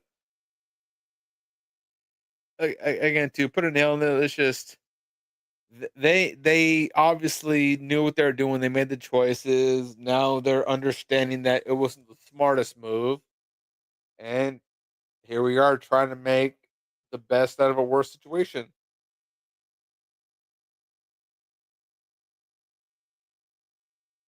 But I mean, you really can't blame them either. You know what I mean? They're trying. They're trying to do what they can. They're playing cleanup, and we all know how hard that is, especially when you have plans for something and it goes awry, and then they basically try to Yeah, but recover with the pieces that you have, and it doesn't always come out to be that good, but they're trying. I feel like they're trying to do the best that they can. That's why I feel like some of these matches that they're doing, yeah, obviously it's last minute, him versus AJ. I don't know whether they already had that planned or what. Personally, like I said, was like, whatever. I'd like to see other people, but I know how it is with contracts. Like you said, trying to get the Rated R superstar to come over, maybe for the last match to make them go out on a bang. But I also feel like if they do that, that just leaves the door open to will we see Edge anymore? Does that well, mean that you're I supposed to go mean, watch Edge over at AEW? You know what I'm saying? It just it's a slippery slope. and that's why I brought up as a theory because again, a lot of people are gonna be thinking if because of there is going to be too much positive PR for the opposition, but at the same time, they don't consider them opposition. So it's like, are you cool with it? Are you not cool with it? Just let us know so we know how to feel. Because WWE or Triple H may not say they're competition, yet Tony Khan's saying they're at war. So it's like, again, so someone find the middle ground so we know how to feel. At the end of the day, us as being fans of Edge and what he's done for WWE, we're gonna have love him regardless, whatever, as long as he's still healthy. Same with Christian, same with the Hardys, and a few of the guys that us fans are always gonna have love for. But just tell us where the boundary lines are first, and we'll go about them accordingly. If he's in the plans, cool. If not, cool. It's not the end of the world.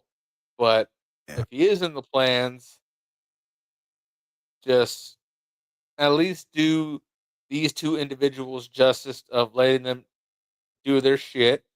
So us fans as a collective can have the privilege of enjoying this matchup one final time. That's it. Very simple.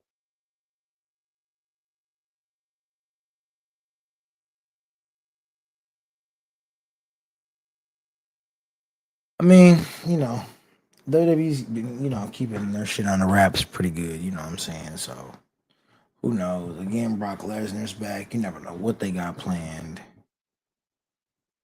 Oh, speaking of what they got planned while we wait for HD, how'd you feel about the stuff between EO and Kyrie Um, and the setup for that tag match?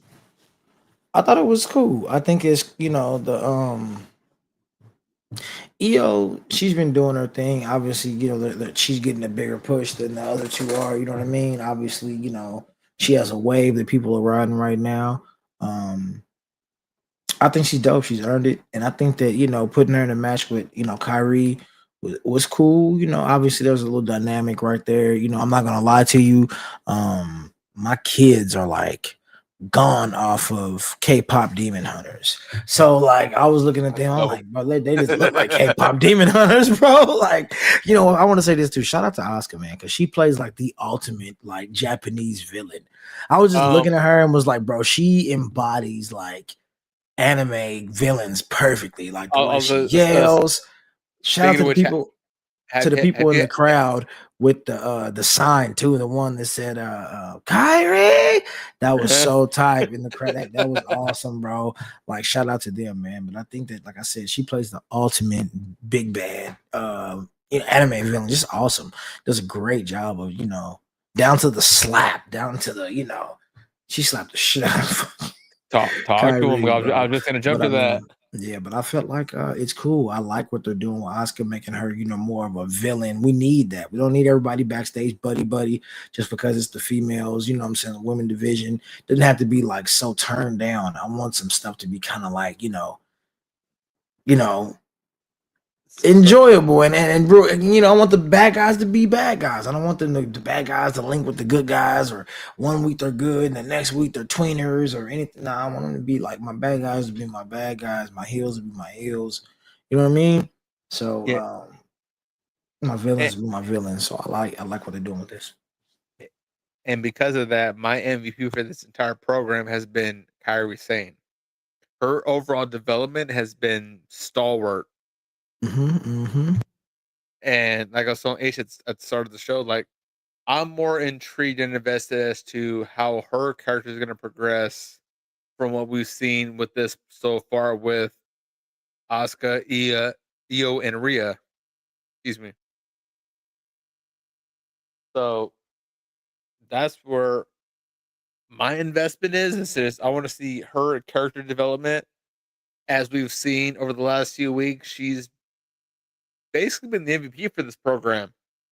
From her acting to the match she had today with Io, with I'm gonna be honest right now, that finisher that Asuka and Io have, or with Asuka and Kyrie have, with that little reverse DDT elbow drop thing, is probably one of the sickest finishers I've seen since Yeah. probably. But it's what maybe. Oh, I thought she heard her when she jumped up the rope and she hit her. No, but I'm just saying that's probably the coolest looking finisher I've seen since probably FTR when they dropped the Shatter Machine. Oh yeah. Maybe then, but yeah, like that finisher looks awesome on camera. like there's no way you can catch a bad camera angle of that and it's gonna look fire. And then from the outside looking in, it just looks amazing.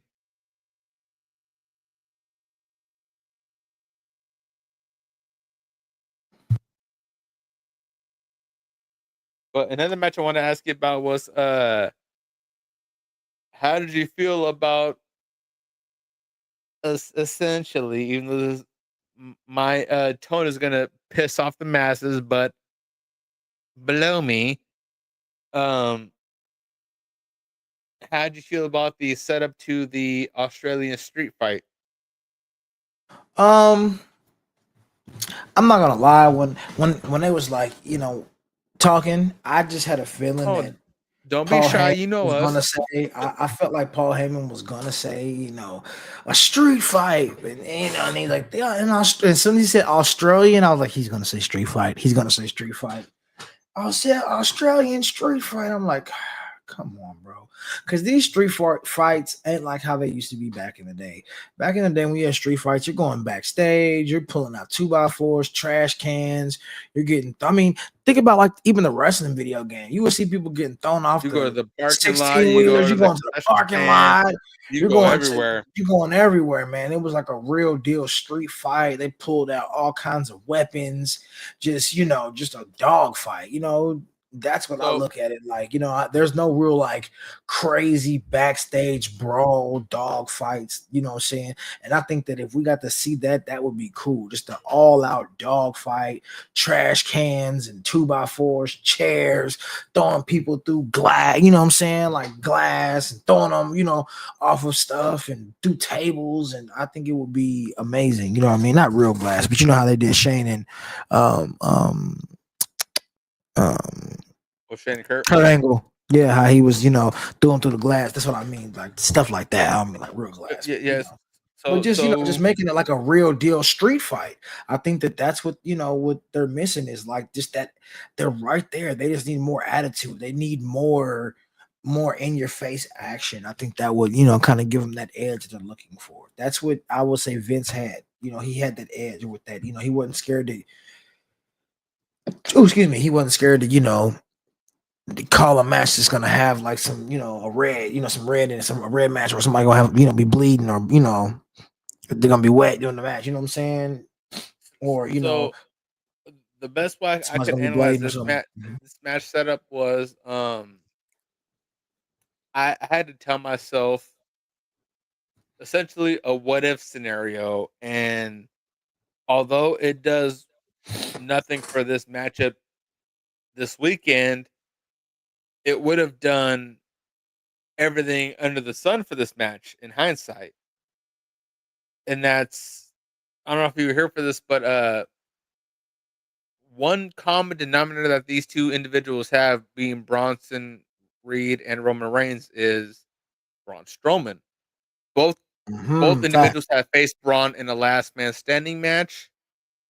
Now, in an alternate timeline, had Seth Rollins not interfered in said last man standing match, both of them could have claimed that they have beaten the monster of all monsters in a last man standing, thus justifying Heyman claiming this match could have been a last man standing match.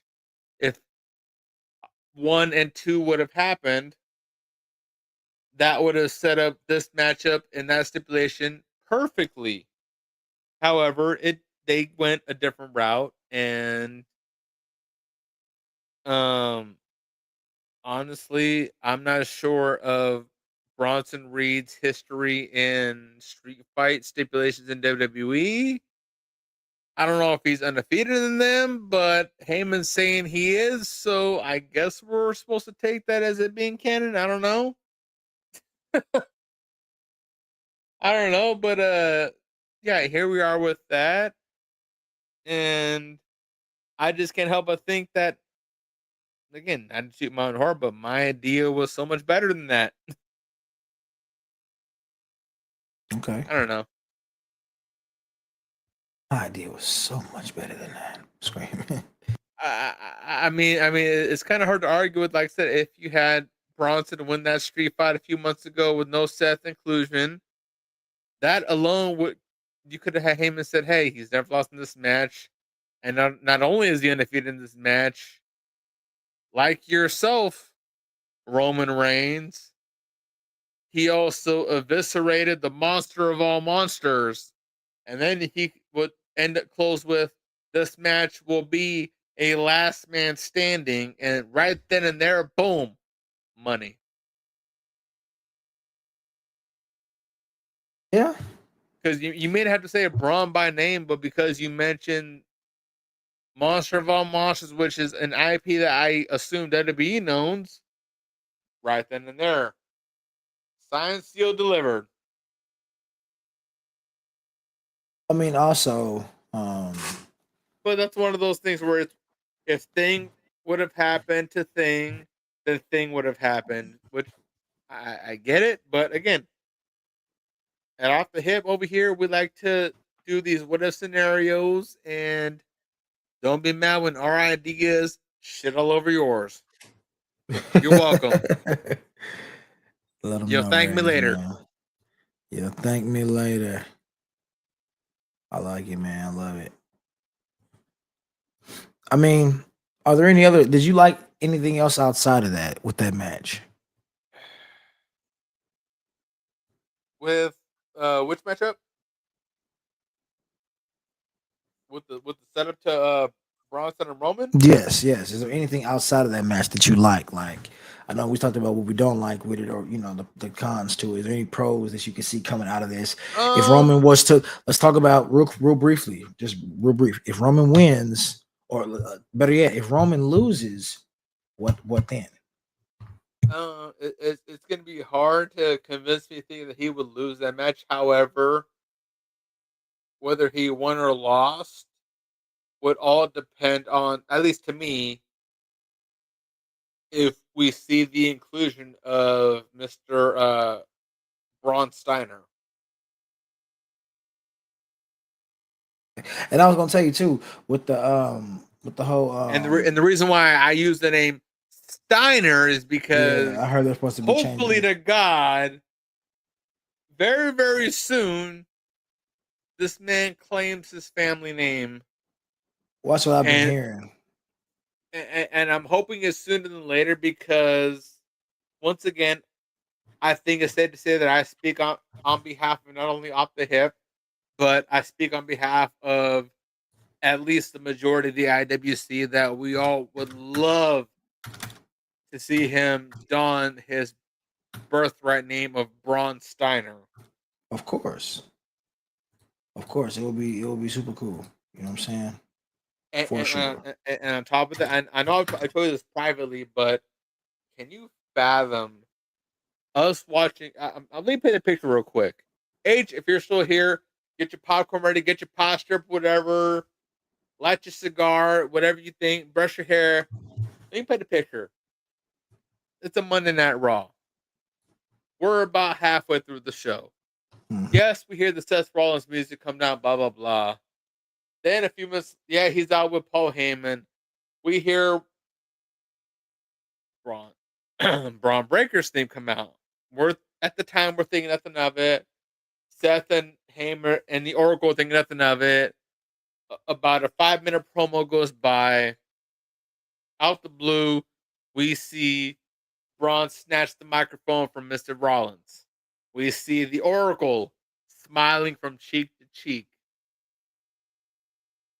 And in this microphone, we hear Braun cut this promo talking about how he's contributed to the vision, what the vision has done in WWE.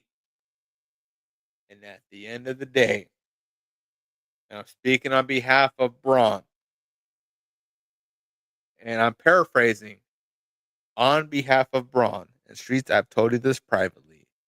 Braun will utter the words, hopefully, I'm a fucking Steiner. Yeah, that'd be tight. That place will erupt. I don't care what city they're in.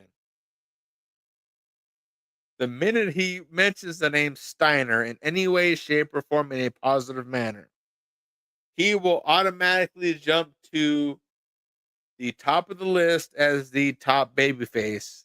At least the 1B as far as the top ass kicker, because I'm hoping that once he drops the name Steiner in promo, that we are soon to get Braun Steiner versus Brock Lesnar. And that alone will be a treat for us to enjoy. Facts. But again, like I said on Hip, we like to paraphrase a lot. That's what I would hope would happen with that.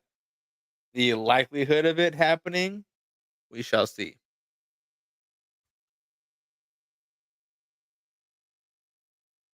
Yeah. But it's there. It could be there. The stage is definitely set for it to be there, especially with, him being back and those all being the faction. There was a lot of stuff that, I'm pretty sure H was gonna lead to. You know what I mean? Yeah. There's a lot of good talking points tonight, not gonna lie. That stuff happened tonight. Let's go with the main event.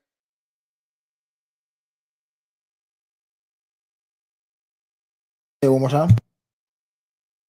Your thoughts on the main event? Thought it was okay. Thought it was cool. Again, they keep talking about how, the only person there's nobody basically outworking LA Knight right now. They got him in everything. You know what I mean? Even if we don't like it, doesn't matter. They got this man in literally everything.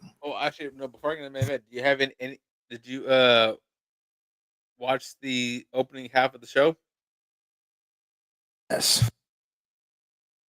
Did you catch the very interesting promo between Jey Uso, LA Knight, and CM Punk? Yes. I want to hear your words on that. Don't pull no punches.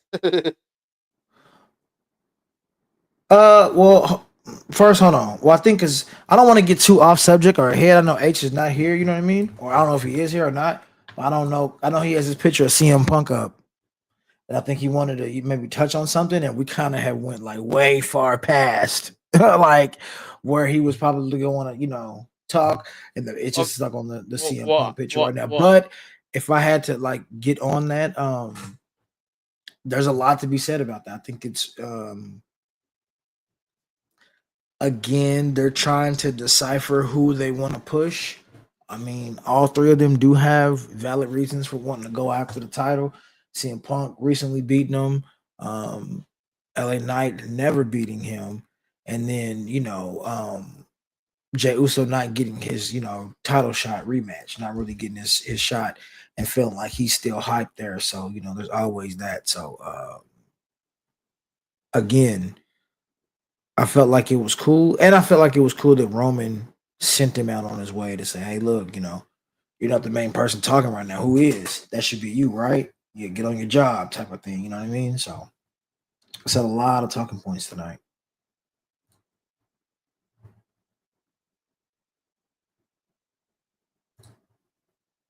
I Can you hear feel me? I feel about their little interaction talking about they all want a shot at the title. One more time. I feel about they all saying that they all want a shot at the title at the start of I the show. mean, again, I feel like they all got their valid points.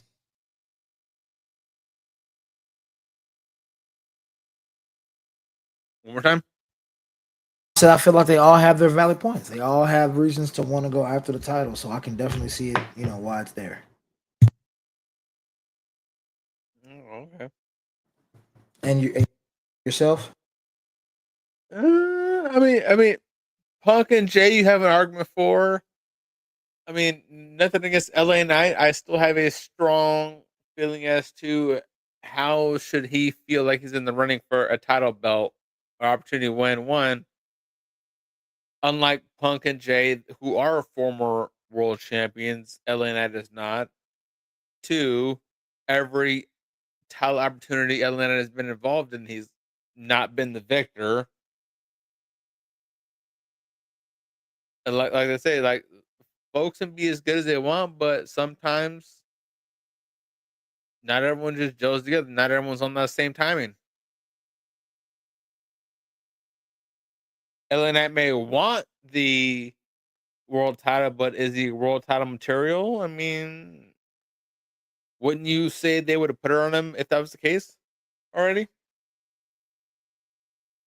I do. I mean, but I don't know what direction they got going. If they're gonna do something weird, oh, Roman needs,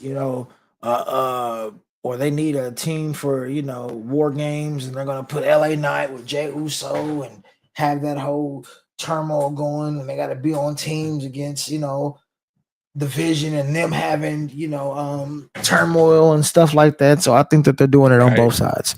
I think that it's just WWE doing storyline and putting a wrench in a monkey wrench in both sides plans.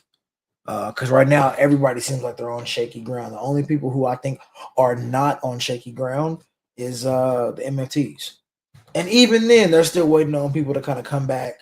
You know what I'm saying? Jacobs, obviously not been around, but with Solo saying, "Hey, the group's not done. We got one more piece left." So it's like I feel like they're gonna maybe reveal that and maybe do something with that, because that's a nice little group going into War Games as well. So it's a lot of potential, man. They had a lot of stuff to hit on. I mean, how you feel about? Oh, let's talk about not real quick. It's a little sidebar. The build up to potentially Jacob versus Drew. Yeah, I mean, again, I just hope they don't drag that out like they have been doing with Drew and everybody else. Like, I love seeing Jacob Fatu wrestle. That's my dog. I just don't want them to drag it out and kind of leave him stuck in that loop of just going back and forth with, Drew McIntyre, over and over and over, for I weeks. mean, I see where that is, but also at the same time, it's like maybe on the outside looking in, it's like maybe I think because both of them been kind of on the outside. If they do a long program together, it may benefit them in the long haul versus them just being on the sidelines.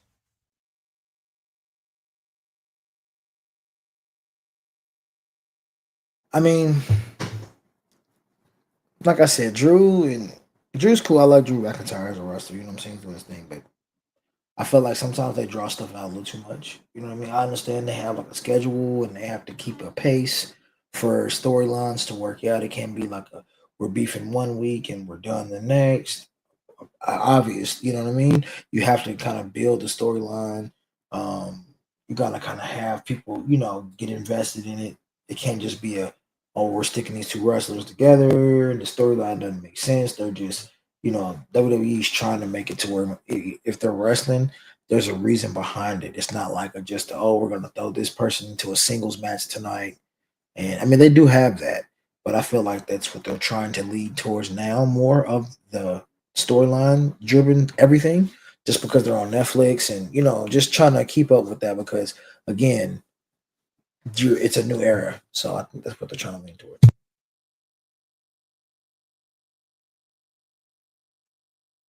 Gotcha. Which once again will lead us into our main event of tonight's evening, and as I stated earlier, the final WWE main event until after Australia, which was CM Punk and LA Knight versus a team of the Usos, who at first didn't seem.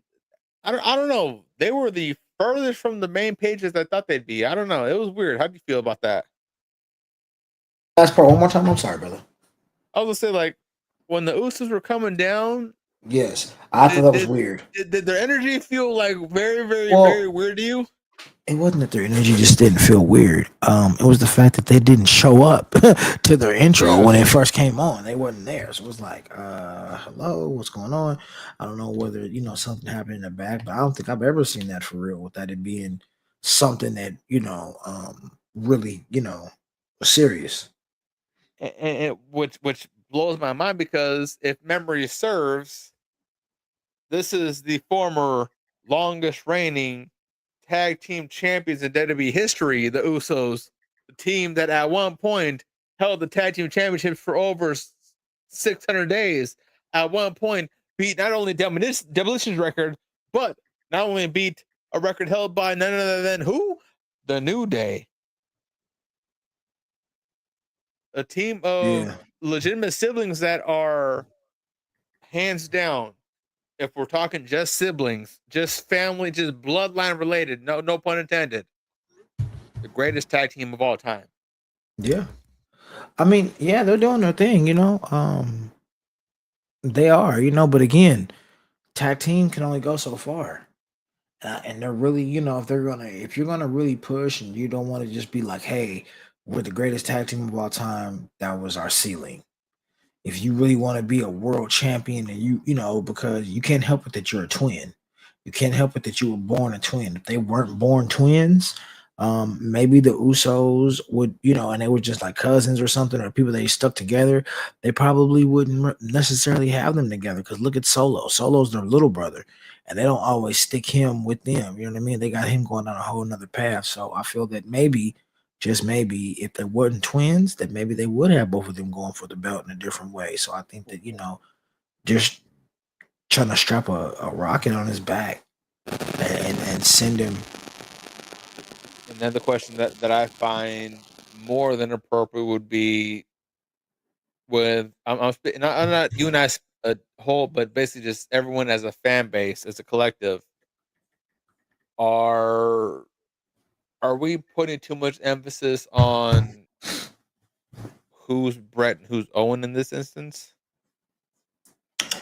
I mean, Because sometimes I I think don't we think may that be. I don't think it's us. I think it's the way that WWE is giving it to us. They Well, don't well, really have a that's lot. why I thought bring it, because if They you look don't at really it's have like, a lot for Jay. I mean, for mhm, Jimmy that they do for Jay. I mean, think about it. If you really look at it, Jimmy's wearing Jay's merch. right, He he's coming out to, yeah, they have a song together, but then if you heard, now they're just playing Jay's version. They're not even and, playing. They play like the beginning of and they're playing mostly just Jay's song version of it. So it's like and on they the don't flip really side, have they don't really have a path for him, and they need one. and on the flip side, Owen had the same colorway as Brett. Owen had a remix theme of Brett's music. Until they took him He and put had him in the Owen had nation. a similar moveset to Until Brett. they put him in the nation, they put him in black and Right. yellow, and they changed him and they put him, until that, and he was I'm not a nugget, I'm Yeah. this and that. But I mean, yeah, but Owen was the little brother. That's what I'm saying. It's not like they were twins. Well, That's the but again, difference. You but can't say no, but again, like that's the difference. The Usos are twins. If they weren't twins, it wouldn't be such a spectacle to see the tag teams. they're twins. However, on record, Jay has said that he has been labeled as the little brother that was born a few minutes later. Yeah, I mean that, but I'm saying like that. Nobody looks at that. Nobody goes, "Oh, you're a couple seconds older. You're a couple Well, minutes older." but But I'm my saying, argument is that in this instance, it on the topic of Brett and Owen, this is like if Owen was bigger than Brett. I Because mean, but because yes, Jim is the older. However, when Jim had his unfortunate string of the injury bug, Jay excelled to levels that yes, we thought he was capable of reaching on his own. However, the speed in which he reached them, and as H and I have touched on in the past, it's if you can maintain a certain level of consistency, whether with sales, whether with connection with the audience or whatever, even down to how long you can keep the same joke going along. He's had the Yeet going for what, a year and a half now at this point, give or take, maybe 2 years, and it's still going strong, like it's just fresh, new, hot on the shelf, off the presses. That is incredible. And that alone is a feat on its own, and we got to commend him for that. I don't not commend him for it. And with the Yeet stuff, honestly, maybe to show my age or whatever, but from the Yeet stuff, the only thing that I can maybe consider to be in comparison that had an equal amount of growing buzz in a short amount of time would have been the Rusev Day stuff, which Rusev ended up getting cut and going elsewhere and coming back, blah blah blah. But at peak, when the Rusev Day stuff ended, he left.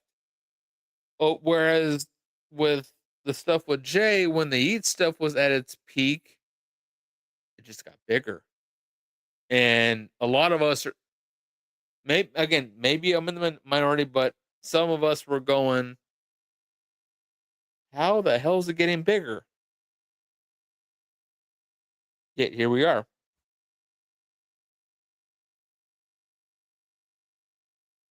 Yeah, So, bro. I mean, again, I'll say this too. We'll wrap it up, but Owen Hart passed away, so you cannot. That's a terrible comparison to compare him to Brett because you don't know how great he could have been. You see how many wrestlers go back and forth between these companies and do all these things. That doesn't mean nothing. Like Jeff had his time, just like Matt had his time. Would you prefer to if I take the Hold Eddie and on, Chavo route? hold on. No, let me finish. Okay. Jeff and Matt had their time, right? The brothers, they're actual brothers. They had their time. They both respectively had their time. Owen and Brett were brothers, but Owen Hart died, bro. So you don't know what the fuck he would have done years down the road. He could have like become like this world champion who could have been doing all this shit, who could have been more, you know what I'm saying, more times over champ than Brett was. Because Brett left. We don't know. Brett left because of that. His brother died. And the shit was already fucked up. That didn't help. So I'm saying, like, you can't really compare Owen to Brett and say Owen Brett, because we don't know how far Brett would have been. They're purposely holding Jimmy Uso back. They're purposely holding him back because there's no reason he doesn't have his own merch. He doesn't have his own beef. He just come now. Every time you see him, he just a nigga running out there with a chair to save somebody else. You know what I'm saying? Like his music's not memorable. He just got whatever when he come out. Jay's on top. He's on the rope beneath this nigga. Like they kind of got him playing the sidekick. He's robbing the Batman. And I feel like, I mean, they need to, if they're going to fucking keep pushing Jay, at some point you got to push Jimmy too, or just get rid of him. Because what do you have him there for? If you're not going to use him, you just have him as like this person who's just, you know, when Jimmy was over getting bloodied and beat up, it was to help motivate Jay Uso to beat Gunther. Then it's like, you know, you got him coming out to help. Now he's in the middle. Oh, I don't want to go against my brother, but I'm friends with CM Punk. I'm cool with LA Knight. Like, come on, man. And now he's going against Roman. Like, oh, come on, Roman. He's not like you, and he's nothing like you. He's like me. And they just got this nigga acting square. They got him being square. They don't got nothing going for him. And I understand he got a kid on the way. He's doing his thing about to be a dad. But I mean, I'm just saying, I wish they would do more with Jimmy and give him his own, you know, his own flavor. Give him his own stuff. Give him, you know what I'm saying, more action in the ring, because obviously he can still wrestle, he can still do his thing. Don't just have him walk in his brother's shadow. Which And that's where I think unfortunately brings me to another tandem of brothers that I don't believe gets spoken about enough. Now, I'm not sure if you're familiar with this last name, but have you ever heard of the Poffo brothers? I have not. Okay, so one individual, Angelo Poffo, who ended up becoming none other than the Hall of Famer himself, the Macho Man Randy Savage. His brother Lanny Poffo, a Grand Wizard, never could achieve such feats. Now, the reason why I bring them up is, could this pairing essentially transcend to be today's iteration of them back in the day? Seems like it is. I mean, could be. But again, I don't want to see them as a tag team. They're not a tag team anymore. They're not competing. You have Jey Uso going for the championship. It doesn't make sense to even talk about them as a tag team. That phase is over with. They're just doing that right now. It's not even nothing they're going to stick with. You know what that's why they keep teasing Jey Uso about him being just a tag team partner. So comparing it is cool, but I don't give a fuck about it. I don't want to see it. I don't think anybody else wants to see it. I'm gonna be honest. That is a fascinating take. I did not expect you to take that avenue. Yeah, I'm just saying, like, I love it. I love it. Yeah, like we just don't. I mean, like, bro, give Jimmy his own shit, give Jay his own shit, and just get the fuck out their way, bro. Simple as that. They're twins. Deal with it. You got two of the same fucking people. Deal with it. You know what I'm saying? Like, don't just be tag team and then we're gonna push one to the side and that shit's whack. To me, in my opinion, it's weak. It's weak. It's weak. In the words of the WWE Hall of Fame Oracle, ladies and gentlemen, never before in my eyes have I been more at a loss for words, and I will explain why. Now, to those who've watched the show for some time, you guys know I may come up with some outlandish takes. I'll admit that. I think outside the box. You guys will survive. However, with that being said, this is arguably the first time where I've witnessed someone at least trickle down the avenue which I was thinking, come up with a more in-depth theory to now which I have to suddenly think of a matter of, okay, well, if this all happens, what about the flip side? And folks, old Razor done figured it out. Let me explain why. You touched on how you want to see them be their own thing, right? Okay. This is how you do it. And believe it or not, love it or hate it, or in the words of Ric Flair, learn to love it, our tribal chief has already kind of set the playing field already. He claims he's seeing, hearing everything that goes on. He's listening to all the stuff going through the pipelines, everything down the grapevine, down around the corner to the local coffee shop, down to the local taqueria, down to the soulful spot, down to your auntie Esther's house, you name it. He's got ears everywhere. My point is, he knows when folks are talking.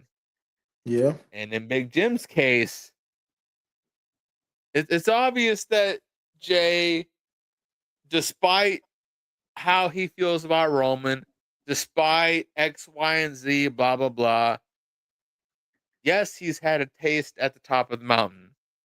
And in that small taste, he's learned, hey, life is pretty damn good up here. Imagine if I could hold on to this. I'll be good for a minute. I can, and in return, he's going, I can see why the tribal chief liked it so much up here. The view is absolutely beautiful. So, as we learned recently, fast forward real quick to a recent Monday Night Raw. Him and Roman had that exchange. Just to paraphrase, he told OTC, OG, I get it now. Roman replies, I knew you would get it. To which now, fast forward.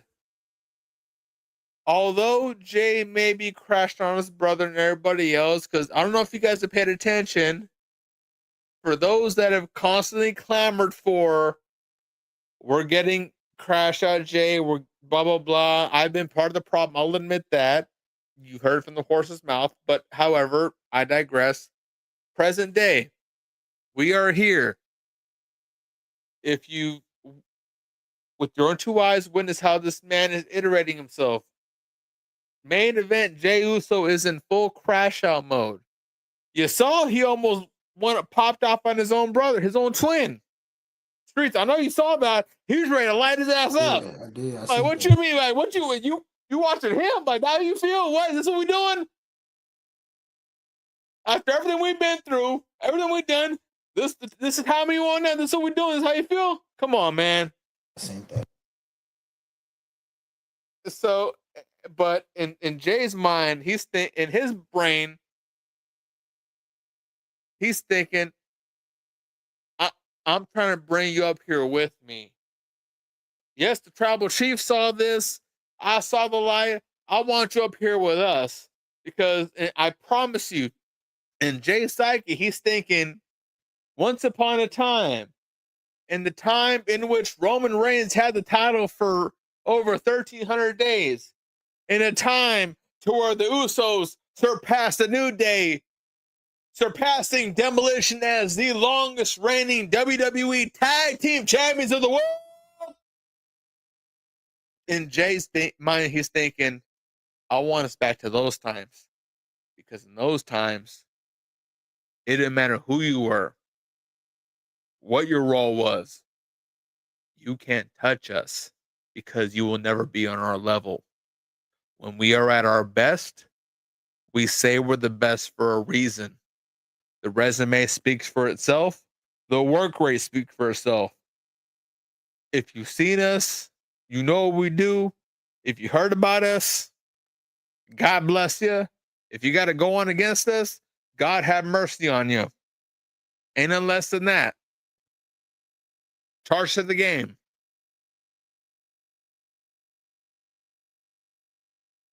That's what that is the island that Jey Uso wants to live on, that he's aspiring to live on. Now, whether or not we make it to that island or we stay on Roman's island is up for grabs. But ladies and gentlemen, I don't know about you guys, but buckle up. Buckle up, man. It's just gonna be wild. It's gonna be cool to see how it unfolds, especially this weekend. We'll get another chapter. You know what I'm saying? We'll get another chapter in the story of things, so we'll be able to see how this all unfolds and where we're gonna go next. What were you gonna say? I was gonna say, I'm gonna be honest with you.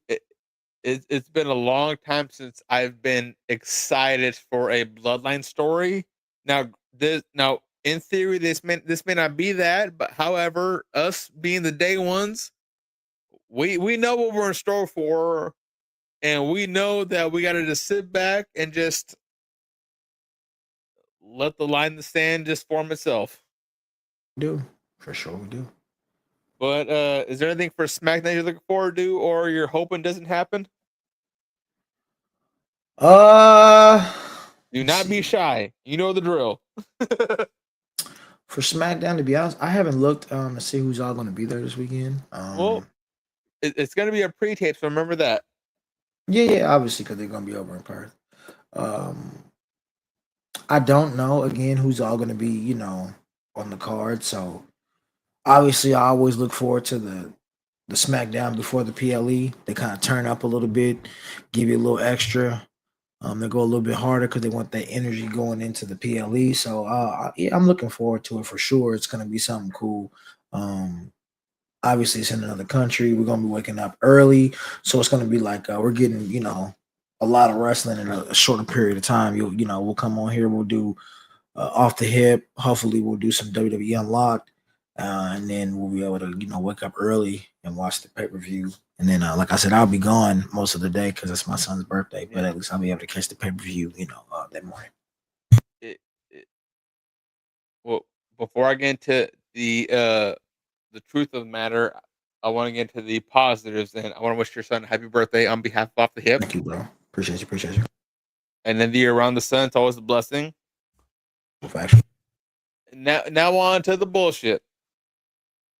I have a very weird feeling in my soul that now again, I hope to God I'm wrong, but at the same time, I'm hoping if I am wrong that this builds to what I would like for Survivor Series, because that is the next PLE Survivor Series War Games.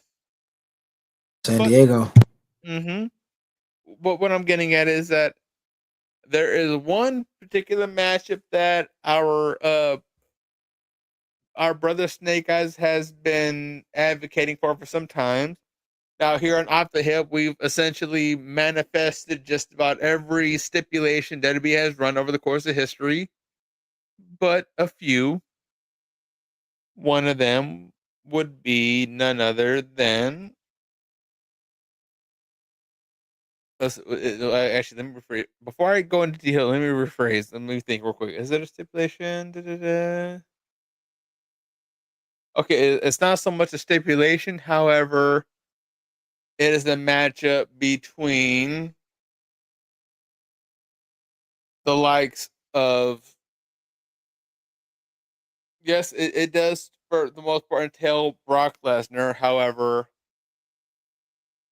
if assuming he is on SmackDown on an exclusivity deal,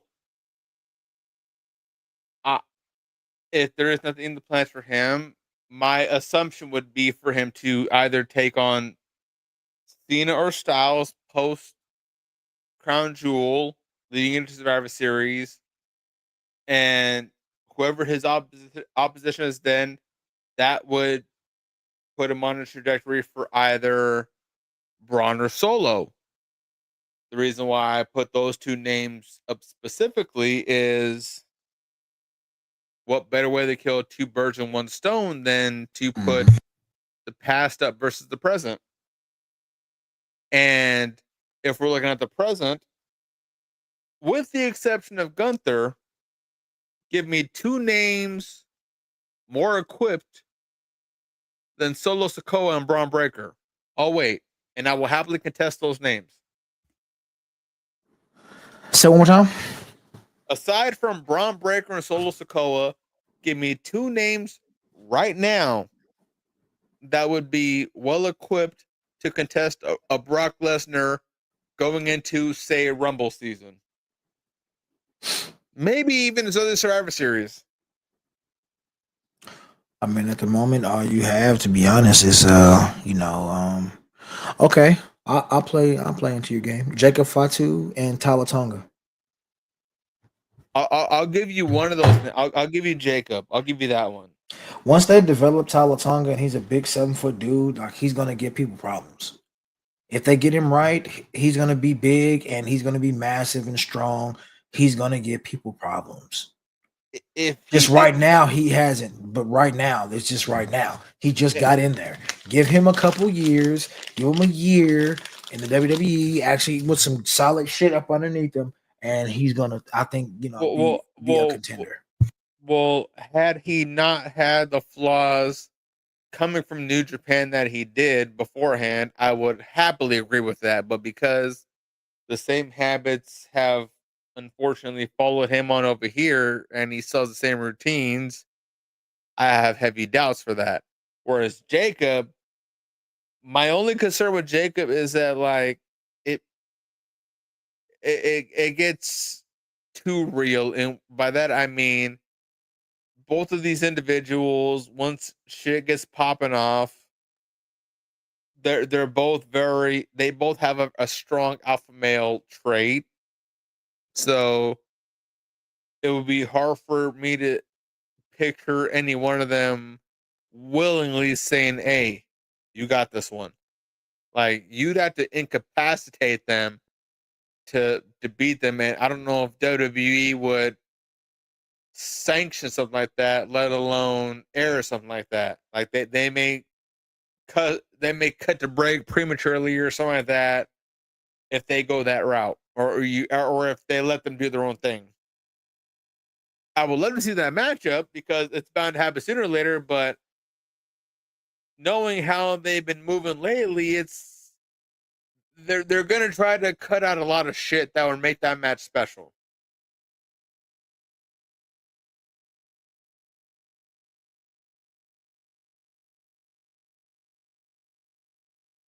I mean, WWE's been doing what they want to do anyway. You know what I mean?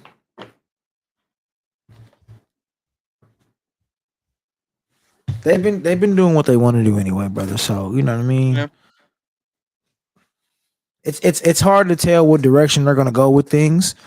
But I mean, like I said, once Cena leaves and Brock's still around, we are gonna have that conversation about who he's gonna fight, unless you're just gonna have him be there for the majors like SummerSlams, WrestleManias, and Rumbles. And if he does win the Rumble, then who does he? And that question boils down to: okay, is there anybody past a Roman Reigns, CM Punk, Drew McIntyre, Randy Orton? And then you're going, okay. And then at that point, you're just looking at the crowd, going, "Oh, how about them over there?" Shit, for real. And again, I understand that because, again, with all respects to Brock, it's safe to say he is a one of one entity. Like, no matter what sport you're in, almost no one goes through a Brock Lesnar level talent just out the blue. Like, that's for sure. one in a millennia. For sure.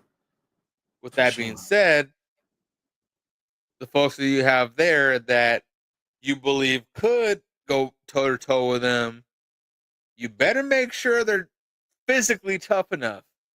Because right now, with the roster he's with now, I could probably count them on one hand, to be generous, maybe a couple fingers on the other hand. But there's not a lot that could go bell to bell with Brock Lesnar when he's solely at his best, meaning sub 10 minutes. Facts. Well, let's save that for the next time we see Brock. We don't want to, let's save that for the next time and see what they do. Let's just see what they do. Because if not, we'll be here all night doing predictions, and we're already 2 hours and almost 25 minutes into the show, and that's almost as long as Raw itself. So we don't want to do that, ladies and gentlemen. Sorry that we have went over. I'm sorry that things are going the way they're going, even with HD kind of cutting out. We just get excited. We get excited about shows, and sometimes we over talk, and we kind of do our thing, just because we're hype about everything that they're giving us, and there's so much to talk about. But we want to make this show very digestible for you guys, so you guys can continue to watch it, and you can share it with your friends. You can watch it on your way to work, or while you're at work. You can watch it. We don't want to have it to be such a long thing. But like I said, there's so much to talk about. But again, we have WWE Unlocked. And we have another show this Friday coming up for Off the Hip. So you guys make sure you tune in. Set your clocks, because we're going to be going in, brother. I'm loving it. Oh, yeah, man. Is there anything else you want to say before we get up out of here, brother? Actually, I will say this. As God is my witness, what you hear out of me Friday, I will bet bottom dollar that it will be substantially different from what you hear from me Saturday. Do with that information what you may. But until then, as they say in the song, hold on, wait. Hold on, wait. I think they lost the script. You can't lose the script when we are the fucking script. No, the script is at the top of the list. The list is at the top of the list.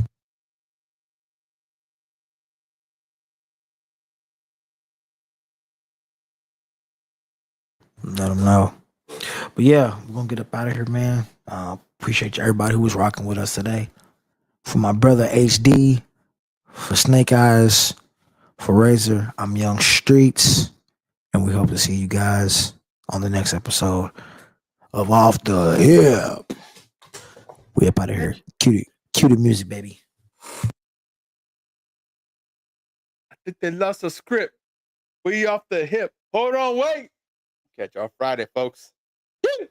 We out of here. Blow.